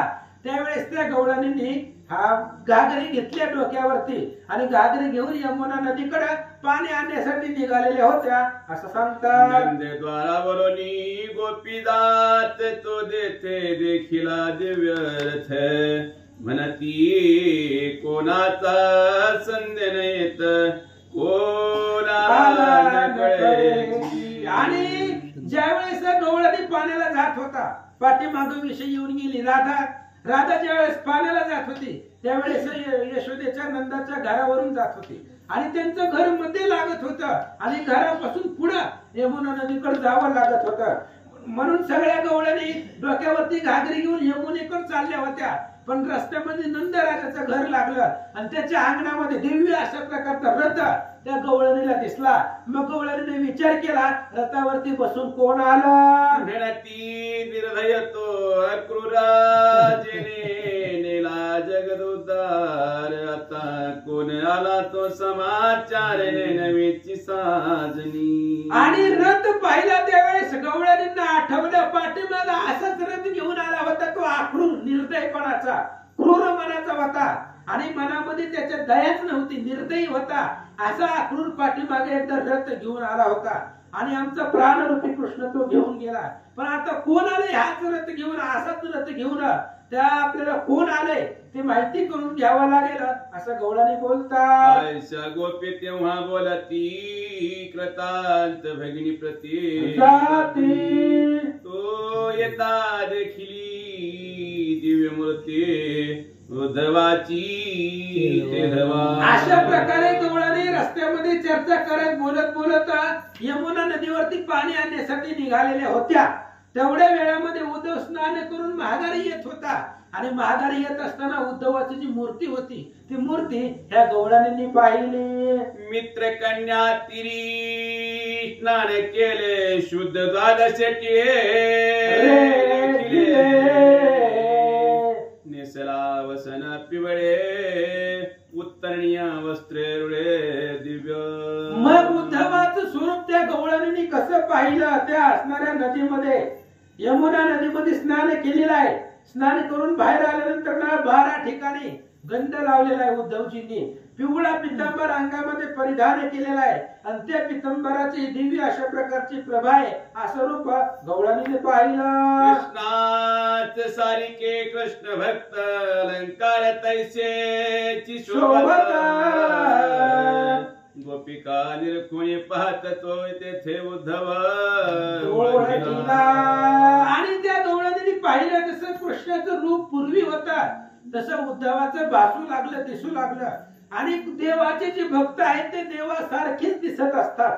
जसं कृष्णाचं रूप आहे तसंच भक्ताचं स्वरूप तसंच दिसत असतं. म्हणून पण गवळणीने निरखून पाहिलं हे आपला कृष्ण आहे. कृष्णासारखा जरी दिसत असला तरी तो उद्धव आहे, हे उद्धव आहे. गवळणींच्या लक्षात आलं. जैसा विधुलतेचा भार तैसा अलंकार मंडित समग्र गजगामिनी मिळाल्या पार. उद्धव भवत्या ते वेळा. मग जशा प्रकारे विजांचे भार असावे, एका विजेचा प्रकाश अख्ख्या गावामध्ये पडतो, म्हणजे अशा प्रकारचा अनेक विजांचा भार असावा तशा प्रकारच्या उद्धवाच्या अंगावरची वस्त्र दिसत होते. आणि असं उद्धवाला पाहिल्यानंतर सगळ्या गोपिका गवळणी उद्धवाच्या जवळ आल्या आणि उद्धवाच्या जवळ येऊन बसल्या. आता उद्धवाच्या जवळ बसून उद्धवाबरोबर काय चर्चा करताय हे आता आपला टाइम झालेला आहे. त्याच्यामुळे आता बस इथपर्यंतची कथा. आता उद्या गवळणी त्या उद्धवाबरोबर काय संवाद करतात. श्री गणेशाय नमः. ओम नमो शिवाय नमः. श्री प्रभू रामचंद्राय नमः. एक मनती सांगाय मग खाली धन्य यांची भक्तीचा चार वश केला कमलावर. तो भ्रमर गेला आणि ते थोनी दूर सोयीच्छेने ते देवा. ग्रंथ करते श्री संत श्रीधर स्वामी या ठिकाणी सांगतायत. अशा प्रकारे उद्धवजीनं ऐकल्यानंतर विचार केला, धन्य असणारी यांची भक्ती आहे, वश केलेला आहे, भगवंताला वश केलेला आहे. भ्रमर तिथून निघून गेला स्वतःच्या इच्छेनं आणि ही गोष्टी उद्धवाने ऐकल्या. मग उद्धवासी गोप बाळा सद्गत बोलती ते वेळा. श्रीरंगाम्मा अशी कंटाळला टाकून गेला मथुरेशी. आणि मग ते असणाऱ्या गोपी बोलू लागल्या की कृष्ण आम्हाला कंटाळला, आमच्या बरोबर राहण्यासाठी त्याला आळस आला, कंटाळा आला, म्हणून आम्हाला टाकून गेला आणि मथुरेला जाऊन राहिला असं गवळणी बोलतात. गोपिका मी वज्राच्या कठीण अजून आमुचे वाचले प्राण. आमासी नाही करा मरण कृष्ण वियोग होताची. आणि गवळणीने विचार केला, आम्ही वज्राच्या बनलेलो आहोत म्हणून आम्हाला मरण येत नाही. आम्ही आमचं शरीर जर साधं सर्वसामान्य असतं तर कृष्ण गेल्या गेल्या मरायला पाहिजे होतं. पण वज्राचं आम्ही बनलेलो आहोत म्हणून कृष्णाचा एवढा वियोग होतोय तरी आम्हाला मरण येत नाही. गवळणी बोलतात, आम्हासी काळन मारीच देख भोगवित योगाचे दुःख अंतरला वैकुंठ नायक किती कष्ट भोगावे. आम्हाला काळ मारूच शकत नाही, कारण जे जे लिहिले संचिती ते न घडे न चुके कल्पांती. म्हणून जे जे प्रारब्धामध्ये वियोगाचं दुःख आहे भगवंताच्या ते सहनच करावं लागते, ती सोसावंच लागतंय. आमच्यापासून भगवंत खूप दूर गेलेला आहे, किती कष्ट भोगावं. गवळणी बोलतात, उद्धवा तुझाई मथुरापुरा आठव देई रे या देवेंद्रा मनावे विसरू नको गोपदारा परम उदारा श्रीपती. आणि गवळणी उद्धवाला सांगू लागल्या, उद्धवा तू मथुरेला जा, कृष्णाला सांग की बाबा गवळणीला विसरू नका कधी सुद्धा. तुमच्या पुढच्या येणाऱ्या भावी आयुष्यामध्ये अनेक पत्नी तुम्हाला होतील, संसार वाढेल, पण आमच्या असणाऱ्या गवळणीचा त्या ठिकाणी असणारा त्यांना कधी विसरू नका असं कृष्णाला सांगा. उद्धवा क्रूर तो परम क्रूर तू तरी भेटवी या देवेंद्र निर्दोष यश जोडील साचार तुझ लागी प्राण सखया. आणि गवळणी उद्धवाला सांगू लागल्या, उद्धवा ते हा क्रूर निर्दय होता, ती क्रूर होता, तो आमच्यापासून कृष्णाला घेऊन गेला, पण तू तरी पुण्य जोड, तू आमची आणि कृष्णाची भेट घडवून दे. तू जर आमची आणि कृष्णाची भेट घडवून दिली तर तुझ्या पुण्याला पारावर नाही. गवळणी बोलतात, उद्धवा गोकुळ आहे जोवरी जिवंत तोवरी भेट वीर मानात नरदेह गेलिया भगवंत कैसा मग माते. म्हणून उद्धवा जोपर्यंत गोकुळ आहे म्हणजे हे शरीर रूपी गोकुळ जोपर्यंत जिवंत आहे तोपर्यंतच भेट भगवंताला भगवंताची भेट घडवून दे. एकदाही नरदेहामधून प्राण गेला, नरदेह संपला, मग पुन्हा गेला हा नरदेह, मग काहीचा भगवंत पुन्हा भगवंत नाही. म्हणून जिवंत आहे तोपर्यंत भगवंताची भेट घडवून दे असं उद्धवाला बोलतात. देऊनी तुझ्या देखता पाषाण मस्तक फोडून देऊ प्राण मग तू श्रीहरीशी सांग जाऊन पावल्या मरण गोपिका. उद्धवा तू जर कृष्णाची भेट घडवून दिली नाही, हे बघ तुझ्या समोर मोठा दगड घेताव आणि आमच्या डोक्यामध्ये घालून आम्ही तुझ्या पुढं प्राण देताव मरताव, मग तू मथुरेला जाऊन सांग की गोकुळामधल्या ज्या गवळणी होत्या त्या सगळ्या मेल्या. तू जगदवंद्याचा आवडता बहुत या लागे तुझं सांगितलं वृत्तांत तुझ्या वचने कृष्ण वर्तत या मासी पूर्ण कळले असे. अरे उद्धवा तू कृष्णाचा सखा आहे, तू कृष्णाचा जवळचा आहे आणि कृष्ण तुझ्या बोलण्यानं वर्ततो वागतो, म्हणून कृष्ण सगळं तुझं ऐकतो, म्हणून आमचा निरोप कृष्णाला सांग असं गवळणी बोलतात. उदकावीन जैसा मीन तळमळे जाऊ पाहे प्राण तैसे दुकुळ तिळकावीन मासी झाले जाण पा. अरे उद्धवा जसं पाण्यातला मासा पाण्याशिवाय राहत नाही, पाण्याच्या बाहेर काढला की मासा तळमळतो, तशी कृष्णाशिवाय आमची अवस्था झालेली आहे. कृष्णाच्या वियोगाचं दुःख आम्हाला झालेलं आहे आणि माशासारखं आम्ही तळमळतोय. कृष्णाला सांग जैसे कृपणाचे धन गेले की जन्मांध अरण्यात पडले आक्रोरे आमुचे राज्य बुडविले हरिशी नेले मथुरेशी. अरे बाबा ते असणाऱ्या आंधळ्याचं राज्य त्या ठिकाणी कृपणाचं धन चोरीला जावं, जन्मापासून आंधळा आहे तो अरण्यामध्ये पडावा, तशा प्रकारे आमचं झालेलं आहे. कृष्णरूपी राज्य त्या अक्रूरानं आमच्यावरती आक्रमण करून बुडवलं आणि कृष्ण आमच्यापासून दूर नेला असं गवळणी सांगतात. श्रीकृष्णाची रोहिणीवर तममय तोच्या क्रूर आम्हाच्या कुरासी निराहार पाडिले साचार उद्धवा. उद्धवा तो असणारा कृष्ण म्हणजेच त्या ठिकाणी कृष्ण म्हणजे चंद्र आहे आणि आम्ही म्हणजे चातक आहोत. चातकाला त्या ठिकाणी चकोर आम्ही आहोत, चकोराला चंद्राची गोडी असते, तसे कृष्णरूपी चंद्र आमच्यापासून दूर गेलेला आहे आणि आम्ही चकोर रूपी त्याची वाट पाहतोय. कृष्णाला सांग आम्ही चातके परमदीन श्रीरंग ओळला कृपागण आक्रूर दुष्ट प्रभंजन मेघश्याम दुरी नेला. आणि आम्ही चातकी होतो आणि कृष्ण पाऊस होता, पण कृष्णरूपी पावसाचा वर्षाव आमच्या सारख्या चातकावरती झाला, पण पुन्हा असणारा प्रभंजन रूपी आक्रूर आला, वारा रूपी, आणि वारा आला की पाऊस निघून जातो, आणि ती वाऱ्या रूपी आक्रूर आला आणि कृष्ण मथुरेला घेऊन गेला. कृष्ण योगाचा महापूर त्या लोटून गेला तो अक्रूर. उद्धवा तो चतुर पोहणार काळी बाहेर आम्हासे. आणि कृष्ण वियोगाचा महापूर आहे, आणि तो महापूर आणणारा आक्रूर होता. त्याने कृष्ण वियोगाचा महापूर आमच्या जीवनामध्ये आणला. पण तू पोहून जाणारा उद्धव आहे, म्हणून या महापुरामधून आम्हाला बाहेर काढ, असं गवळाने बोलता. हरी योग वनवास बळ त्यात जळतो आम्ही सकळ. उद्धवा तू जलद दयाळ वर्ष आम्हावरी पै. उद्धवा कृष्ण रूपी कृष्ण विरहाचा वनवा लागलेला आहे, आणि त्या कृष्णाच्या विरहाच्या वनव्यामध्ये आम्ही जळून चाललो. तू मेघरूपी पावसाचा वर्षाव कर कृपेचा, आणि कृष्णाला इथे घेऊन या, असं गवळाने सांगतात. आमुचे निधान ऋषिकेशी मध्ये अक्रूर आला विवशी. उद्धवा तू पंचाक्षरी होशी निदान घराशी आणि ते. अरे उद्धवा, आमचं निधान म्हणजे कृष्ण आहे, आमचं धन म्हणजे कृष्ण होता, आणि त्या धनावरती विवशी येऊन बसले, म्हणजे आक्रूर रूपी विवशी आली आणि आमच्या कृपणाचं धन घेऊन गेला. तो पंचाक्षरी मंत्र म्हणून आम्हाला हे असणाऱ्या कृष्णाला भेटावं, असं गवळाने बोलतात. हरी वियोग रोग दारुण तेने सकळही झालो क्षीण. कृष्ण कृपा रसराज देऊन अक्षय करी आम्हा ते. भगवंताच्या वियोगाचा रोग आम्हाला भयंकर लागलेला आहे, आणि त्या रोगावरती औषध पाहिजे, म्हणून तू काय कर, कृष्ण कृपारस, कृष्णेचा कृपेचा रस या कृष्णाच्या वियोगाच्या रोगावरती या कृष्ण कृपेचा रस होत, आणि आम्हाला निरोगी कर. उद्धवा तू जोशी सुजान कृष्ण प्राप्तीचे देई लग्न. पाचही पंचके निरसुन साधी कारण हे आधी. उद्धवा तू कृष्णाचा भक्त आहे, त्यामुळे आम्हाला कृष्ण प्राप्तीचं त्या ठिकाणी असणारी सोय करून दे.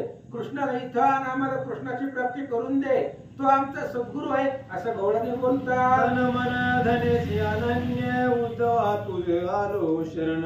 कृष्ण प्राप्तीशी कारण सद्गुरु तूच माते. अरे उद्धवा, तन मन सर्व त्या ठिकाणी आमचं कृष्णाला अर्पण आहे, तो आमचा सद्गुरू आहे, आणि गुरुशिवाय भगवंताची भेट होत नाही, म्हणून तू सद्गुरू आहे, आम्हाला कृष्णाची भेट घडवून दे, गवळाने बोलतात. आईसे बोलून कामिनी लागल्या दृढतयाच्या चरणी. ते देखोनी उद्धवाच्या नयनी प्रेमांबुधारा लोटल्या. आणि अशा प्रकारच्या स्त्रिया बोलत होत्या आणि उद्धवाच्या पायावरती लोळू लागल्या, आणि लोळत लोळत त्या ठिकाणी असणाऱ्या रडू लागल्या. त्यावेळेस उद्धवानं पाहिलं गेलं, उद्धवाचा सुद्धा कंठ भरून आला, त्याच्याही डोळ्यामधून पाणी वाहू लागलं. उद्धव म्हणे या लागून कैसे सांगू ब्रह्मज्ञान. यांनी दृढ धरली मूर्ती सगुण ती कैसे उडवून टाकू मी. आणि कृष्णाने उद्धवाला पाठवलं होतं, ह्यांना ब्रह्मज्ञान सांग आणि या मायेच्या मोहामधून बाहेर काढ. आणि उद्धव काही बोलायच्या आधीच एवढं गवळणी बोलले उद्धवाला, आणि त्याच्या चरणावरती लोळल्या. उद्धवानं विचार केला मनामध्ये की कसं मी यांना ब्रह्मज्ञान सांगू. यांचं जे प्रेम आहे ते कृष्णाच्या सगुण मूर्तीवरती जडलेलं आहे, आणि ती सगुण रूपी मूर्ती यांच्या मनातून मी कृष्णाची कशी बाहेर काढू. उद्धवजी बोलतात, सगुण उच्छेदिता देखा ताची प्राण देतील गोपिका. मग म्हणे विरंतीच्या जनका बुद्धिदाताच तू होई. उद्धव विचार करू लागला, कृष्ण सगुणही आहे आणि निर्गुणही आहे, तो परस्पर परमात्मा आहे. पण आपण जर सगुण रूपाचा उच्छेद केला, त्यांच्यापासून जर सगुण मूर्ती त्यांच्या हृदयातून बाहेर काढण्याचा प्रयत्न केला आणि निर्गुणाचं वर्णन करून सांगितलं, तर गवळणी प्राण देतील, गवळणी मरून जातील. म्हणून मग भगवंता तो बुद्धिदाता आहे, मला या संकटामधील बाहेर काढ. मी या गवळणींना कसं समजावू. उद्धवजी बोलतात, उद्धवे नेत्र झाकून मनी आठविले कृष्ण चरण. आता गोपिकाशी दिव्य ज्ञान उपदेशी दुसरी रंगा. उद्धवाने डोळे झाकले आणि मनामध्ये भगवंताचे पदकमल आठवले गेले, आणि मग उद्धवाने सांगितलं, भगवंता माझ्या बुद्धीमध्ये प्रवेश करा आणि तुम्हीच या गवळणींना अद्भुत ब्रह्मज्ञान सांगा असं उद्धवजी बोलतात. उद्धवे अष्टभाव सावरून म्हणे ऐकावं तुम्ही सावधान कृष्ण दाखवा सत्वर म्हणून कोण म्हणती तुम माझी. आणि त्यावेळेस उद्धवाचा अष्टभाव दाटून आला आणि उद्धवानं त्या असणाऱ्या गवळणीला बोलायला सुरुवात केली. हे बघा तुम्ही म्हणताय मला कृष्ण दाखवा कृष्ण दाखवा कृष्णाची भेट घडवून द्या तर आता सांगतो ऐका. कोण इंद्रियाचा चालक कोण आहे बुद्धीचा प्रेरक अंतकरणी आठवा सकळीक कोण धरवी विचारा. आणि तुमच्यामध्ये मला सगळेजण म्हणतात की कृष्णाला भेटवा पण विचार करा तुमच्या इंद्रिय चालवणारा कोण आहे, तुम्हाला बुद्धी देणारा कोण आहे, बुद्धीचा प्रेरक कोण आहे, तुमचे सगळे इंद्रियाची सत्ता चालवणारा कोण आहे, तुम्हाला इथून तिथं नेणारा तिथून इथं आणणारा तुमचं शरीर उठवणारा बसवणारा कोण आहे त्याचा विचार तुम्ही तुमच्या मनात करा. तुमच्या नेत्रा कोण दाखवी पदिगमन आगमन कोण करवी श्रवणी गोष्टी ऐकवी तोची बरवा शोधावा. आणि उद्धवाने सांगितलं गवळणींना हे बघा तुमच्या डोळ्यांना दाखवते कोण. डोळे बघा डोळे असतात आपल्याला सुद्धा डोळे आहेत आणि माणूस जरी मेला तरी बी त्याला डोळे असतात. मेलेला माणसाला दिसतंय का, डोळे तर असतात ना त्याला, मग दिसत का नाही कारण त्या डोळ्यांना दाखवणारा वेगळा कोणीतरी आहे. आणि म्हणून तुमच्या डोळ्यांना दृष्टी दाखवणारा कोण आहे, तुम्ही येताव जाताव गमन आगमन करताव तुम्हाला चालवणारा कोण आहे, तुम्ही कानानं ऐकताव पण तुम्हाला ते असणाऱ्या कानाला जे ऐकू येतंय ती कानाची देवता कोण आहे मनामध्ये विचार करा. 25 तत्वांचा जाणता तो कोण विचारा पुरता जो स्थावर जंगम जीव निर्मिता व्यापून वेगळा कोण तो. 25 तत्व आहेत आणि त्या 25 तत्व जो जाणतो तो कोण आहे त्याचा विचार करा. तुम्ही स्वतःच्या अंतःकरणाला विचारा. जो असणारा स्थावर जंगम ह्या पृथ्वी तलावरती जो अचळ आहे आणि जो फिरणार आहे तिथं सुद्धा तो व्यापक परिपूर्ण भगवंत आहे आणि तो कोण व्यापून भरलेला आहे तो तुम्ही ओळखा. उद्धवजी सांगतात तुमचा देह स्त्रियांची आकृती पुर्यात कोण नांदी निश्चिती स्त्री पुरुष नपुसक व्यक्ती कोणती स्थिती विचारा. आणि तुम्ही विचार करा तुमच्या शरीर स्त्रीचं आहे, तुम्ही गवळणी आहात, तुमचं शरीर स्त्रीचं वरून दिसतंय पण त्या स्त्रीच्या शरीरामध्ये कोण राहते तुम्हाला माहिती आहे का. त्या तुमच्या शरीरामध्ये स्त्री राहतो पुरुष राहतो का याच्याही पलीकडचा वेगळा नांद तो कोण राहतो. तुम्ही वरून जरी स्त्रीच्या आकृतीत फक्त दिसते तुमचे शरीर स्त्रीचं आहे पण त्या तुमच्या हृदयामध्ये कोण राहतो त्याचा विचार करा. बहुत घागरी रांजन स्त्री पुरुष नामाभिधान पुण्यात बिंबला चंद्र पूर्ण स्त्री पुरुष नव्हे तो. अनेक घागरी अनेक आहे त्या उदाहरण दिलं अनेक घागरी आहेत आणि त्या घागरीला स्त्री पुरुष रूपी नावं दिलेली आहेत पण ते घागरी जर सगळ्या अंगणामध्ये ठेवल्या आणि बाहेर जर सूर्यप्रकाश त्या घागरीमध्ये दाखवला तर सूर्य एकच आहे पण सगळेच घागरीमध्ये आहेत तशी अवस्था आहे. जैसे एकाची सकळ गुणी ओविले नाना जातीचे मनी परिसूत्र एका भेदपणी चक्रपाणी तैसा ऐका गवळणीनं तसं आहे जसं आता आपण माळ वाहतो एकाच द्वारामध्ये वेगवेगळे मणी होतो आणि किती बी होतो 100 50 200 150 किती बी मणी एका माळेमध्ये एका दोऱ्यामध्ये होतो पण तो दोरा एक आहे पण मणी वेगवेगळे आहेत. तसं भगवंत एक आहे पण त्याचे स्त्री पुरुष आकृती अनेक आहेत असं उद्धवजी बोलतात. आयशे ज्ञान ऐकता ते क्षणी गदगद हसल्याने तंबिनी म्हणती हे सांगवया लागुनी पाठविले काय रे हरीने. आणि असं उद्धवाने सांगण्याचा प्रयत्न केला.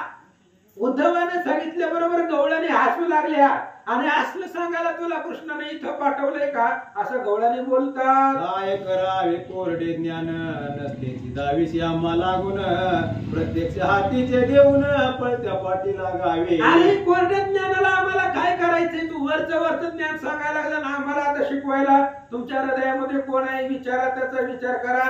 अरे असल्या कोरड्या ज्ञानाला आम्हाला काय करायचंय नाही ती ज्ञान आम्हाला सांगू नको.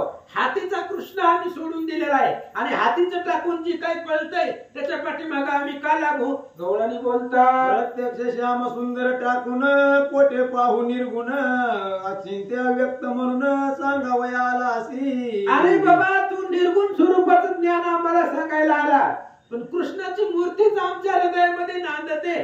सगुण मूर्ती आहे ती चालती बोलती आहे आणि त्या मूर्तीला सोडून निर्गुणातला आम्ही कुठं पाहत बसू आणि तो ते अचिंत्य जो चिंतन करता येत नाही, जो व्यक्त नाही, अव्यक्त आहे, आणि अशा प्रकारे निर्गुणाचं ज्ञान सांगायला आला. गवळणी बोलतात, हातीचा परिस टाकून या साधू जावे धातू क्रिया, सगुण मूर्ती सांडून या निर्गुण वाया का कथिसी. अरे बाबा, हातीचा परिस टाकून द्यायचा आणि मग जशा प्रकारे एखादी धातूची वस्तू प्राप्त करून घ्यायची, त्याचा काय उपयोग आहे? हातातला कृष्ण आमच्या सोडून दिलाय आम्ही, आणि तो आम्हाला त्याचं निर्गुण स्वरूपाचं ज्ञान का सांगायला? गवळणी बोलतात, उद्धव म्हणे ऐका साचार, एक काचन नाना अलंकार, तैसा व्यापक एक यदुवीर चराचरी भरला असे. उद्धवाने सांगितलं ऐका, सोनं एकच आहे, पण ते एका सोन्यापासून अनेक अलंकार बनवता येतात. तसं भगवंत एकच आहे असं उद्धवजी बोलतात. तोची संचला तुमच्या हृदयी सर्व व्यापुनी जो सदा विदेही, त्याहुनी रीता ठावच नाही, नसते प्रवाही पडू नका. उद्धवाने सांगितलं तुम्ही विनाकारण वियोगाचं दुःख करून घेऊ नका. तो भगवंत एकच आहे, तुमच्या हृदयामध्ये जो आहे तोच मथुरेमध्ये आहे. तो काही मथुरेमधला वेगळा नाही.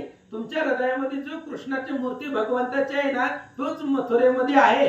त्यामुळे सगळीकडे भगवंत एकच आहे. आणि रामेविने सर्वथा तिळे भरी ठाव नाही दिता, त्याच्याशिवाय तिळा एवढी सुद्धा जागा शिल्लक नाही. जगव्यापक पुरून उरलेला आहे.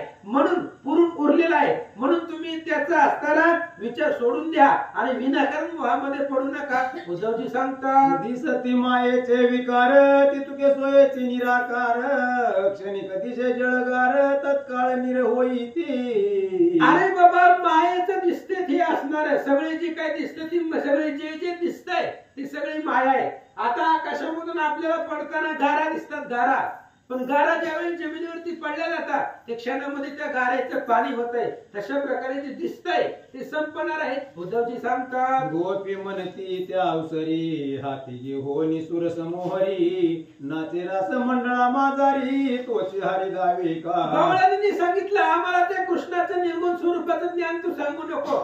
जो आमच्या बरोबर पाठीमागे 17व्या अध्यायामध्ये रासक्रीडा खेळला होता, तोच कृष्णाची मूर्ती आम्हाला दाखव. होळी करीतो वनमाळी, या लागी माया बांधी उखळी, मंद मंदरडे नेत्र चोळी, ती मूर्ती सावळी दावी का. तीच कृष्णाची मूर्ती आम्हाला दाखव. आणि खोड्या करत होता त्यावेळेस श्रीकृष्णाला ते असणारे यशोदेनं उखळाला बांधलेलं होतं, आणि उखळाला बांधत असताना आम्ही सगळे कृष्णाच्या जवळ होतो. तेव्हा कृष्ण हळूहळू रडत होता, आणि तीच रडत असतानाची मूर्ती आम्हाला दाखव. आमच्या घराशी येतो घडोघडी, करी नाना परींच्या खोडी, आमची जळली आवडी, त्याच रूपी जाण पा.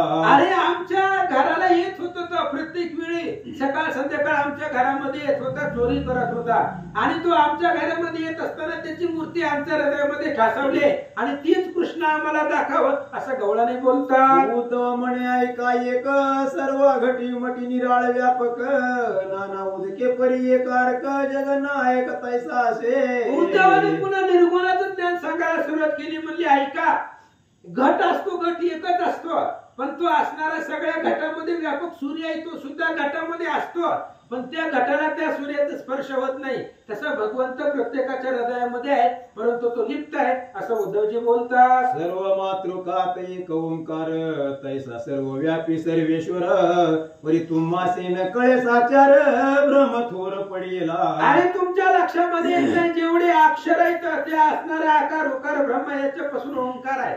सगळ्या मंत्रामध्ये अक्षरामध्ये ओंकार मंत्र आहे. तशा पद्धतीने सगळीकडे व्यापक सर्वेश्वर आहे. तो भगवंत सगळीकडे व्यापलेला आहे, आणि तुम्ही विनाकारण मायेमध्ये अडकू नका. उद्धवजी बोलतात, गळा मोत्या सोनी निवाडे, लोकाची या गळा पडे, तैसे तुम्हासी पडले साकडे, जवळ हरी असून. अरे तुमच्या गळ्यामध्येच मोत्याचा हार आहे, आणि तुम्ही दुसऱ्याच्या गळ्यामध्ये पडताय, दुसऱ्याला मागताय. स्वतःच धन ससाटा तुमच्या पशी आहे, आणि दुसऱ्या पुढे तुम्ही हात पसरताव, तशी तुमची अवस्था झाली आहे. भगवंत तुमच्या पशीच आहे, तुमच्याच हृदयामध्ये आहे, पण तरी सुद्धा त्या कृष्णासाठी तुम्ही रडत बसला. उद्धवजी बोलतात, गोपी म्हणते ऐका गोष्टी, पित वसणारी कास गोमटी, वनमाळा रुळती कंठी, अपाद पर्यंत साजिया. गवळणींनी सांगितलं उद्धव आम्हाला बाकीचं सांगू नका. ज्याच्या कंठामध्ये अनेक माळा होत्या, पितांबर पिवळा होता, पायामध्ये पदक होता, अशा कृष्णाची मूर्ती आम्ही जी पाहिली ती दाखव. उदार श्रीमुख सावळे या कर्ण विकासरे नेत्र उत्पले जो वनासी जाये घेऊन गोवळे विधीवरून ज्याचा श्रीमुख उदार आहे, सुंदर आहे, राजस सुकुमार आहे, मदनाचा पुतळा आहे, सकाळ सकाळ सूर्य उगवल्याबरोबर गोपाळांचा मेळा घेऊन गाय घेऊन गल्ली गल्ली मधून जाणारा कृष्ण दाखव. जाय छंदे पावा वाजवित हुंबरी घाली गड्या समवेत यमुनेच्या वाळवंटी लोळत तोच दाव्या मासे. आम्हाला बाकीचं सांगत बसू नको, तीच कृष्ण आम्हाला दाखव जो गल्ली गल्ली मधून आमच्या दरवाजामधून जात होता, मधुर पवा वाजवत होता, सगळ्या असणाऱ्या गायी घेऊन जात होता, गोपाळ एकत्र मिळवलेली होती, यमुनेच्या तीरावरती खेळ खेळणारा कृष्ण ती मूर्ती आम्हाला दाखव. असे घडघडी पाया माकडे सुंदर डोळे मोडी वाकडे त्याची परब्रह्म रोकडे दाव्या मासी उद्धवा. सुंदर मूर्ती कृष्णाची होती. वनाला जात असताना येत असताना आमच्याकडे कृष्ण पाहत होता, डोळे मिचकवित होता, कृपाचं हास्य त्या स्मित हास्य करत होता, आणि तीच कृष्णाची मूर्ती आम्हाला दाखव. उद्धव म्हणे तुम्हा जवळ असता दाखवू कोणी पुढे मागुता मृगनाभी कस्तुरी असता परितत्वता न कळे तयासी. उद्धवाने सांगितले ती तुमच्याच पशी आहे, मी कुठून दाखवू तुम्हाला? तुमच्या हृदयामध्ये तीच मूर्ती आहे जी तुम्ही आता सांगितलं की असा कृष्ण दाखवू, तू तुमच्या हृदयामध्येच आहे, मी कोण तुम्हाला कसं दाखवू? हरणाच्या नाभीमध्ये कस्तुरी असते पण ती हरणाला कळत नाही, तशी अवस्था तुमची झाली. केले दर्पणाचे निकेतन बहुत बिंबे दिसती जाण आत्मस्वरूप एक असून चराचर तैसे भासले. आणि आरसा आहे, आरशाचे तुकडे केले तर प्रत्येक तुकड्यामध्ये आपलं स्वरूप दिसतं, पण स्वरूप एकच आहे. पण अनेक आरशे आणले किंवा त्याचे काच आणले तर प्रत्येक काचामध्ये आपलं रूप दिसतं, पण आपलं स्वरूप एकच आहे. तसं भगवंत एकच आहे. एक भिंती चित्रे नाना तैसी दिशे चराचर रचना विनाश एक वैकुंठ राना सर्व स्थितांत्य काळी. आणि भिंत एकच आहे. आता ही भिंत आहे, भिंतीवर इकडे सुंदर तेरा बघा, इकडे रूप पाहता लोचने, तिकडे प्रार्थना आहे. भिंत एकच आहे ना, पण चित्र वेगवेगळं आहे भिंतीवरती. तशा पद्धतीने भगवंत एकच आहे पण अनेक रूप त्याचे आहेत असं गवळणीला उद्धवजी बोलतात. गोपी बोलती त्यावेळा गा सूरजाने उभा चिरिला कालिया मस्तकावर नाचला तो घन निळ दावी. पुन्हा गवळणीने बोलायला सुरुवात केलं, आम्हाला बाकीचं सांगू नको, आम्हाला तो कृष्ण दाखव ज्यानं आकाशुराला उभा चिरलेला आहे, गोपाळांची सोडवणूक केली, जो कालियाच्या मस्तकावरती नाचलेला आहे, आम्ही डोळ्यानं पाहिलेला आहे, अशीच मूर्ती दाखव. अंगुलीवरी गोवर्धन उभा उचलोनी सप्तदिन द्वादश गावे अग्नी गिळून कमलपत्राक्षयी. ज्या कृष्णानं आपल्या करंगळीवरती गोवर्धन पर्वत उचलला, 7 दिवस आणि रात्र गोवर्धन पर्वत धारण केला, ती कृष्णाची मूर्ती दाखव. मान मांडोनी वाजवी मुरली आमची चित्तवृत्ती ते मुराली संसार वासना सकळ हरली परी नाही पुरली असो. अरे ठाण मांडून मुरली बाजूला कृष्ण आहे आणि त्या असणाऱ्या मुरलीच्या स्वरानं आमची चित्तवृत्ती त्यानं हरण केलेली आहे. हरिणे माझी हरिणी चित्त, आमचं असणारं सगळं चित्त त्यानं हरून घेतलंय, ती कृष्णाची मूर्ती दाखव. उद्धव म्हणे ऐका विचार शरीर विरहित यादवेंद्र त्याशी नाही तर चरण कर मुरली कोठे वाजवली. आणि उद्धवाने सांगितलं अरे त्याला शरीरच नाही त्या कृष्णाला, तो शरीराच्या विरहित आहे, आणि ज्याला शरीर नाही, हात नाही, पाय नाही, त्यानं मुरली कशी वाजवली आणि तो ते स्वरूप मी तुम्हाला कसं दाखवू? उद्धवजी बोलतात सप्त धातू विरहित चौदेहासी अतीत जो पिंड ब्रह्मांडातीत मुरली कोठे वाजवितो. आणि त्या कृष्ण सप्त धातूच्या पलीकडचा आहे.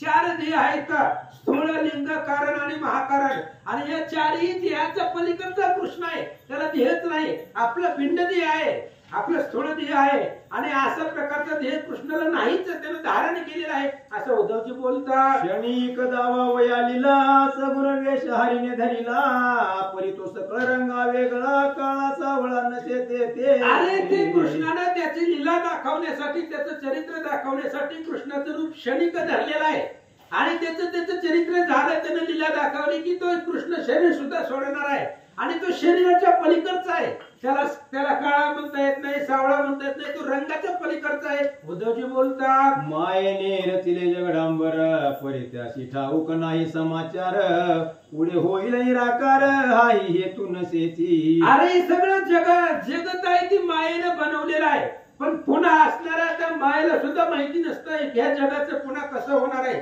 ह्याचा असणारा नाश कसं पावणार आहे, हे जग बनवलंय त्यालाही त्याचा तपास लागत नाही. उद्धवजी सांगतात, ओम श्री गणेशाय नमः, श्री सरस्वती नमः, श्री सीतारामचंद्राय नमः. त्याच्या सत्तेने जग चाले समस्त, परितो मनन घाली तेत. ऐसा तो अवयव रहित, त्याशी सगुणत्व राहू नका. आणि उद्धवजी सांगतायत बघा त्याच्या सत्तेने विश्व चालत आहे. हे विश्व झाडाचं पान सुद्धा हलवायचं म्हटलं तर त्याची सत्ता लागते. त्याच्या सत्तेशिवाय जगतामध्ये काहीच चालत नाही असा असणारा तो ईश्वर आहे. पण या त्रिभुवनामध्ये तो मन घालत नाही. तसं भगवंताला सगुण रूप नाही, अवयव विरहित आहे आणि त्याला तुम्ही सगुणत्वाला आणू नका असं उद्धवजी बोलतात. गोपी म्हणती उद्धवा प्रती नागवे उघडे वैसरे कांती. तुझे ज्ञान त्याज प्रती सांगे जाय उद्धवा. गवळणी सांगितलं उद्धवा आम्हाला असलं ज्ञान सांगू नको. जे असणारी एका पायावरती उभं आहे, त्या उलट टांगून घेतलेलं आहे, तर नागवे बसलेली आहेत, डोक्यांच्या जटाच्या जटा वाढवलेल्या आहेत, त्यांना जाऊन तू ज्ञान सांग. आम्हाला असलं ज्ञान तू सांगू नको. गवळणी बोलतात, बुद्धद्वारी टाच लावून कोण वैसरे प्रभंजन. त्यासी सांगे तुझे ज्ञान सगुण हरी दावी. अरे बाबा ज्यांनी वारा प्रासून तपश्चर्या केलेली असते, काही जणांनी एका पायावरती उभा राहिलेले असते आणि अशा प्रकारचे जे शिनलेले आहेत त्या लोकांना जाऊन तू ज्ञान सांग. आणि आम्ही जो कृष्ण पाहिलेला आहे तोच कृष्ण आम्हाला दाखव असं गवळणी बोलतात. उद्धवा एक वचन तुझ्या कृपेने बोधशी ज्ञान. तो पुत्रा प्राण शोषण दावी आम्हा एकदा. अरे उद्धवा ऐक, तू आतापर्यंत जेवढं बोललाय ती सुद्धा तुझी बुद्धी नाही. कारण बुद्धीचा वैभव भगवंत आहे, त्याने तुला बुद्धी दिलेली आहे. तू ज्याच्या बळावरती बोलतो, ज्याच्या जीवावरती बोलतो त्या कृष्णाचं रूप आम्हाला दाखव. जो श्री कुच दुर्ग विहार, जो मंदिर भक्त मंदिरा गण मंदार. मूक सुहास्याती उदार, यादवेंद्र दावितो. आणि जो असणारा भक्तांच्या अंगणामधलं त्या ठिकाणी असणारं मंदिर आहे, भक्तांचं जे मंदिर आहे अशा प्रकारे त्या भगवंताची मूर्ती आहे. आणि जो असणारा भगवंत चराचरामध्ये व्यापक आहे, सुहास्य मुख आहे, अतिशय उदार आहे, सुंदर आहे. आणि अशा प्रकारची भगवंताची मूर्ती कृष्णाची आम्हाला दाखव. कौस्तुभ झळके वक्षस्थळी, दिव्यतील विलसे भारी. कोटी अन्नंगवणी आगळी, हेची सावळी मूर्ती दावी. अरे ज्याच्या वक्षस्थळावरती, ज्याच्या असणाऱ्या छातीवरती, हृदयावरती कौस्तुभ नावाचा मणी विराजमान आहे, अशा प्रकारचा असणारा तो भगवंत आहे. आणि तो असणारा भगवंत त्या ठिकाणी प्रत्येक दिव्य असणारा पदक आहे, तिलक आहे, कपाळावरती चंदन लावलेला आहे, कोठी स्वरूप सुद्धा सूर्याचं तेज फिक्क पडल असा कृष्ण दाखव. जो वृंदावन भुवन विलासी, विश्वरूप मुखी दावी मातेसी.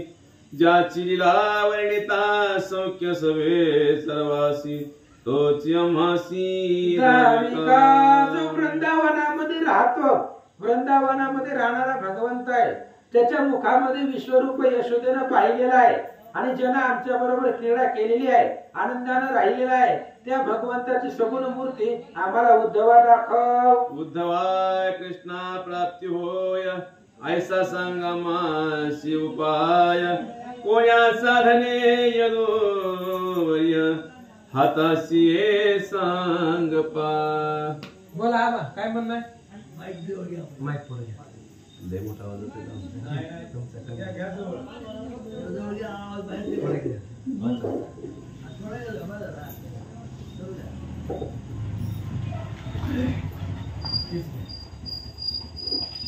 उद्धवा कृष्णाची प्राप्ती व्हावी असं आम्हाला कृष्ण प्राप्तीसाठी काहीतरी उपाय सांग. की ज्या उपाय, असा उपाय सांग जो उपाय केल्यानंतर आम्हाला कृष्णाची प्राप्ती होईल, कृष्णाचं सगुण स्वरूपाचं दर्शन होईल, असं काहीतरी आम्हाला मार्ग सांग असं गवळणी विचारतात. उद्धव म्हणे हेची साधन दृढ धावे संताचे चरण. त्यांच्या वचनी विश्वास करून करावे श्रवण भावार्थे उद्धवाने सांगितलं बाबांनो हरी प्राप्तीसी उपाय धरावे संताचे ते पाय संताविन प्राप्ती नाही आईसी वेद देती ग्वाही तुम्ही विचारलंय भगवंताच्या प्राप्तीसाठी काय करावं लागतंय भगवंताच्या प्राप्तीसाठी एकच साधन आहे की संतांच्या चरणावरती मिठी घालावी लागते त्यांच्यावरती दृढ विश्वास ठेवावा लागतो त्यांच्या मुखातून ज्ञान ऐकावं लागतं त्यांच्या बोलण्यावरती विश्वास ठेवावा लागतो तेव्हा कृष्णाची भेट होते करिता सारा सार विचार तेने शुद्ध होय अंतर आत्मरूप चराचर सहजाची मग दिसत असे अरे विचार सारासार विचार करा आणि सारासार विचार करून अंतकरण तुमचं शुद्ध ठेवा शुद्ध अंतकरण ठेवा अंतकरणामधली विकार घालवा अंतकरण धुवून स्वच्छ करा सारासार विचार मनामध्ये दृढ करा आणि असं जर केलं तर तुम्हाला कृष्णाची प्राप्ती होईल गोपी म्हणती उद्धवाशी तो आज ज्ञान बोधिले मासी ते सर्व आले प्रत्ययाशी दृष्टांतेशी समजलो गोपींनी गवळणीने उद्धवाला सांगितलं उद्धवा तू आतापर्यंत जे जे आम्हाला सांगितलेलं आहे प्रत्येक वेळी गवळणी सगुण स्वरूपाचं वर्णन करायच्या आणि उद्धव निर्गुण स्वरूपामधून त्यांना सांगत होता अशा पद्धतीचं जो आतापर्यंत ज्ञान सांगितलेलं आहे ते आमच्या लक्षामध्ये आले आता दृष्टांत आई परी सगुण रूप वेल्हाळ आकर्ण राजीव नयन विशाळ अतिवेद केतमाने कैसा विसरू उद्धवा तू आम्हाला कृष्णाचं ज्ञान सांगितलेलं आहे निर्गुण रूपाचं ते बरोबर आहे आम्ही तुझ्या ज्ञानावरती शंका घेत नाही ते आम्हाला पटलंय पण काय करावं जे हृदयामध्ये ठासावलेलं आहे कृष्णाची मूर्ती आमच्या डोळ्यापुढे आहे हृदयामध्ये त्या मूर्तीला कसे विसरू सांग म्हणे जाणो निर्वाण ज्ञान मग सगुण निर्गुण दोन्ही समान अलंकार रूपे मिळवे सुवर्ण तुझे पण तेथे काय आणि मग उद्धवाने सांगितलं तुम्ही निर्गुण स्वरूपाचं ज्ञान ऐकलंय मग जे निर्गुण आहे तेच सगुण आहे सगुण स्वरूपाचंही तेच ज्ञान आहे जे निर्गुणामध्ये मी सांगितलं आता सोन्यापासून अनेक अलंकार केलेले आहे चैन केली असेल अंगठी केली असेल हे सगळं सोन्यापासून केलंय पण ती सोन्याचंच आहे ना सोनं त्याच्यामध्येही आहे असं भगवंत उद्धवजी बोलतात परंतु रूपे अंबरे साचार तरंग रूपे एक सागरे तैसा सुगुणावतार सर्वेश्वर नाही विचार दुसरा अरे हे असणार आकाश दोरा आहे दोरा त्या ठिकाणी दोऱ्यापासून त्या ठिकाणी अंबर आहे लहरी अनेक आहेत पण समुद्र एक आहे एकच समुद्र आहे त्याच्यावरती अनेक लहरी असतात लाटा असतात तसं एकच भगवंत आहे असं उद्धवजी बोलतात बचकेत पाणी सापडे परिगार रूपे होता चढे तसे सगुण हरीचे रूपडे भक्ता लागी झाले अरे बाबा एखाद्या बादलीमध्ये जर आपण त्या ठिकाणी पाणी घ्यायचं म्हटलं तर आपल्याला सापडणार नाही पण त्याच पावसाच्या पडलेल्या गारा त्या गारा उचलून जर बादलीमध्ये टाकल्या तर पाणीही भेटतं त्या गाराचं पुन्हा पाणीच होतं तशा प्रकारचं एकच भगवंताचं रूप आहे आणि भक्ताला की तो अनेक दाखवतो असं उद्धवजी बोलतात श्वास सुटला मंदिरी परी अंबराची नकळे निर्धारी तो दृष्टी देखील कस्तुरे मगंतरे समजले आणि आपण आपल्या मंदिरामध्ये त्या ठिकाणी उद्बत्ती लावलेला आहे घरामध्ये त्याचा असणारा सुगंध घरामध्ये येतो पण आकाशाला कळत नाही ना त्याचा सुगंध आकाशाला त्याच्या लक्षामध्ये येत नाही तशा प्रकारे ज्यावेळेस ते आकाशानं कस्तुरी पाहिजे तेव्हा त्याच्या लक्षामध्ये सुवास येतो असं उद्धवजी बोलतात कस्तुरी दिसत असे सगुण सुवास तो केवळ निर्गुण खिजले बिंगुरले गतपूर्ण सगुण निर्गुण तैसाची अरे ऐका कस्तुरी सगुण दिसते आपण कस्तुरी पाहतो पण त्याचा असणारा सुवास हा निर्गुण आहे येणारा सुवास आपल्याला दिसत नाही कस्तुरी दिसते उद्बत्ती दिसते पण उद्बत्तीचा येणारा सुवास आपल्याला दिसत नाही उद्बत्ती तर दिसते पण वास दिसतो का नाहीये तशा पद्धतीने धूप आहे कसं जरी असलं तरी ती धूप आहे घट्ट जरी झालेलं असलं पातळ झालेलं असलं तरी ती तूप आहे. तशा प्रकारे भगवंत आहे. उद्धवजी बोलतात सोन्याचे कडे घडविले तरी काय सोने मोलाशी तुटले तैसे सगुण अवतरले परितेन संचरे परब्रह्म. उद्धवाने सांगितलं अजून दृष्टांत देतो. एका सोनं आहे, सोन्यापासून कड बनवलं हातातलं आणि ती कड जास्त मोल घेऊन ती कड विकलं गेलं. मग त्याची सोन्याची किंमत कमी होत नाही, जेवढी आहे तेवढीच राहते. सोनं त्या कड्यामध्ये जेवढं आहे तसंच राहतं, त्याची किंमत कमी जास्त होत नाही. तशा पद्धतीने भगवंत एकच आहे. उद्धवजी सांगतात गुरुमुखी जाणावे निर्गुण सगुणी भजावे आवडे करुणा. आसे गोपीनी ऐकून धरिले चरण उद्धवाने सांगितलं गुरुच्या मुखामधून निर्गुण रूपाचं ज्ञान ऐकायचं असतं. सद्गुरु आपल्याला निर्गुण रूपाचं ज्ञान सांगतात आणि सगुण रूपाचं ज्ञान पाहायचं असतं. आवडीने त्या ठिकाणी ती मूर्ती हृदयामध्ये ठसवायची असते आणि त्याच मूर्तीचं निर्गुण रूप गुरुच्या मुखामधून ऐकायचं असं उद्धवानं बोललं आणि सगळ्या गवळणी चरणावरती लोळल्या. उद्धव सखा चारी मास राहावी ती गोपिका ज्या सदा अंतरे सद्भाविका यदुनायका न विसरती. मग उद्धवाची प्रार्थना केली आणि 4 महिने ते असणाऱ्या गोकुळामध्ये उद्धवजी राहिले गेले. गवळणींचं प्रेम कृष्णावरचं पाहिलं गेलं आणि 4 महिने गोकुळामध्ये राहिल्या. ज्या गवळणी एक क्षणभर सुद्धा कृष्णाला विसरत नाही, विस्मरण होत नाही, अशा असणाऱ्या गोकुळामध्ये 4 महिने उद्धवजी राहिले. उद्धवाच्या मुखे ब्रह्मज्ञान गोपी करती नित्य श्रवण तेने चित्ताचे मुळे तुटून दिव्य ज्ञान ठसावले. आणि 4 महिने उद्धव राहत होता आणि 4 महिने सकाळ संध्याकाळ गोपी उद्धवाच्या समोर येऊन बसायच्या आणि उद्धवजी त्यांना भगवंताविषयीचे ब्रह्मज्ञान सांगायचं. उद्धवाच्या मुखातलं ब्रह्मज्ञान ऐकून रोज गोपी गवळणी ऐकत होत्या. त्याच्यामुळे चित्ताला लागलेला जो मळ होता विरहाचा, तो असणारा मळ हळूहळू संपत गेला.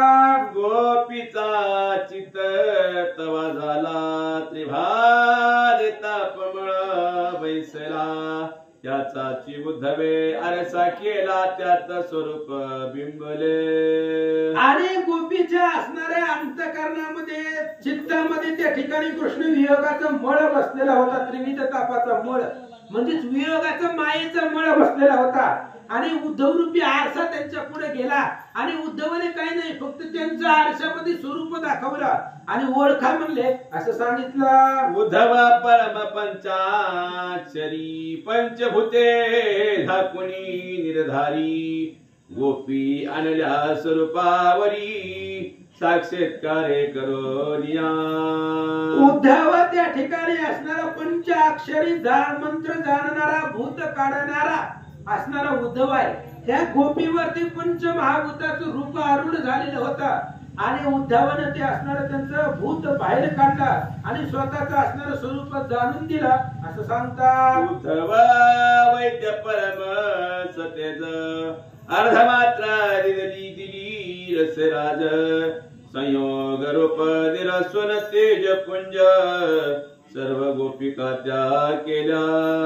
उद्धव हा वैद्य आहे आणि त्या गोपिकांना विरहाचा रोग झालेला होता आणि त्या विरहाच्या रोगावरती अर्धमात्र औषध देऊन त्याचा रस पाजून गवळणींना स्वस्वरूपावरती उद्धवाने जाग केला.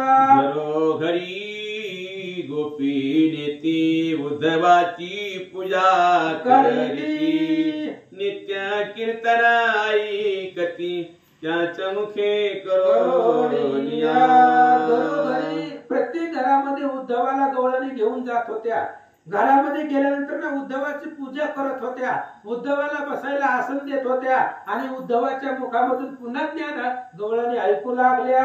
उद्धव उठून गवला हे नित्य गायी सवे वना जाय आवल कोणी आईचे ठाये आश्चर्य करीत अंतरी. आणि उद्धव रोज सकाळी सकाळी उठायचा, गायीच्या पाठीमागे गायींबरोबर वनामध्ये जात होता. आणि जिथं जिथं भगवंत खेळलेले होते गोपाळांसमवेत, तिथं तिथं भगवंताचे पायाचे ठसे उद्धवजी पाहत होते. आणि पाहून अंतःकरणामध्ये सर्गदित झाले. जे जे स्थळी कृष्ण क्रीडा केली, तेथे उद्धव नमस्कार घाली. नित्य सोहळा गोकुळी, चारी मास झाला. आणि ज्या ज्या ठिकाणावरती कृष्णाचं पाय त्या ठिकाणी त्याची ठसे उमटलेले होते, ज्या ज्या ठिकाणी कृष्णाची पावली गेलेली होती, त्या त्या ठिकाणावरती उद्धवजी नमस्कार घालत होता. अशा पद्धतीने 4 महिने त्या गोकुळामध्ये गवळणी समवेत उद्धवजी राहिले. नंद यशोदेचा निरोप घेतला, पुसोनिया गवळया सकळा. उद्धव मथुरेसी चालला, भेटावया हरी ते. असून 4 महिन्याचा कालावधी संपला. नंद यशोदेचा निरोप उद्धवजीने घेतला. म्हणले आता जाऊ द्या, 4 महिने झाला आम्ही इथं राहिलेलो आहोत. त्यांचा निरोप घेतला आणि मथुरेला कृष्णाला भेटण्यासाठी उद्धवजी निघाले. वस्त्र अलंकार हरी लागले खाने, ज्ञानोन गोपिका.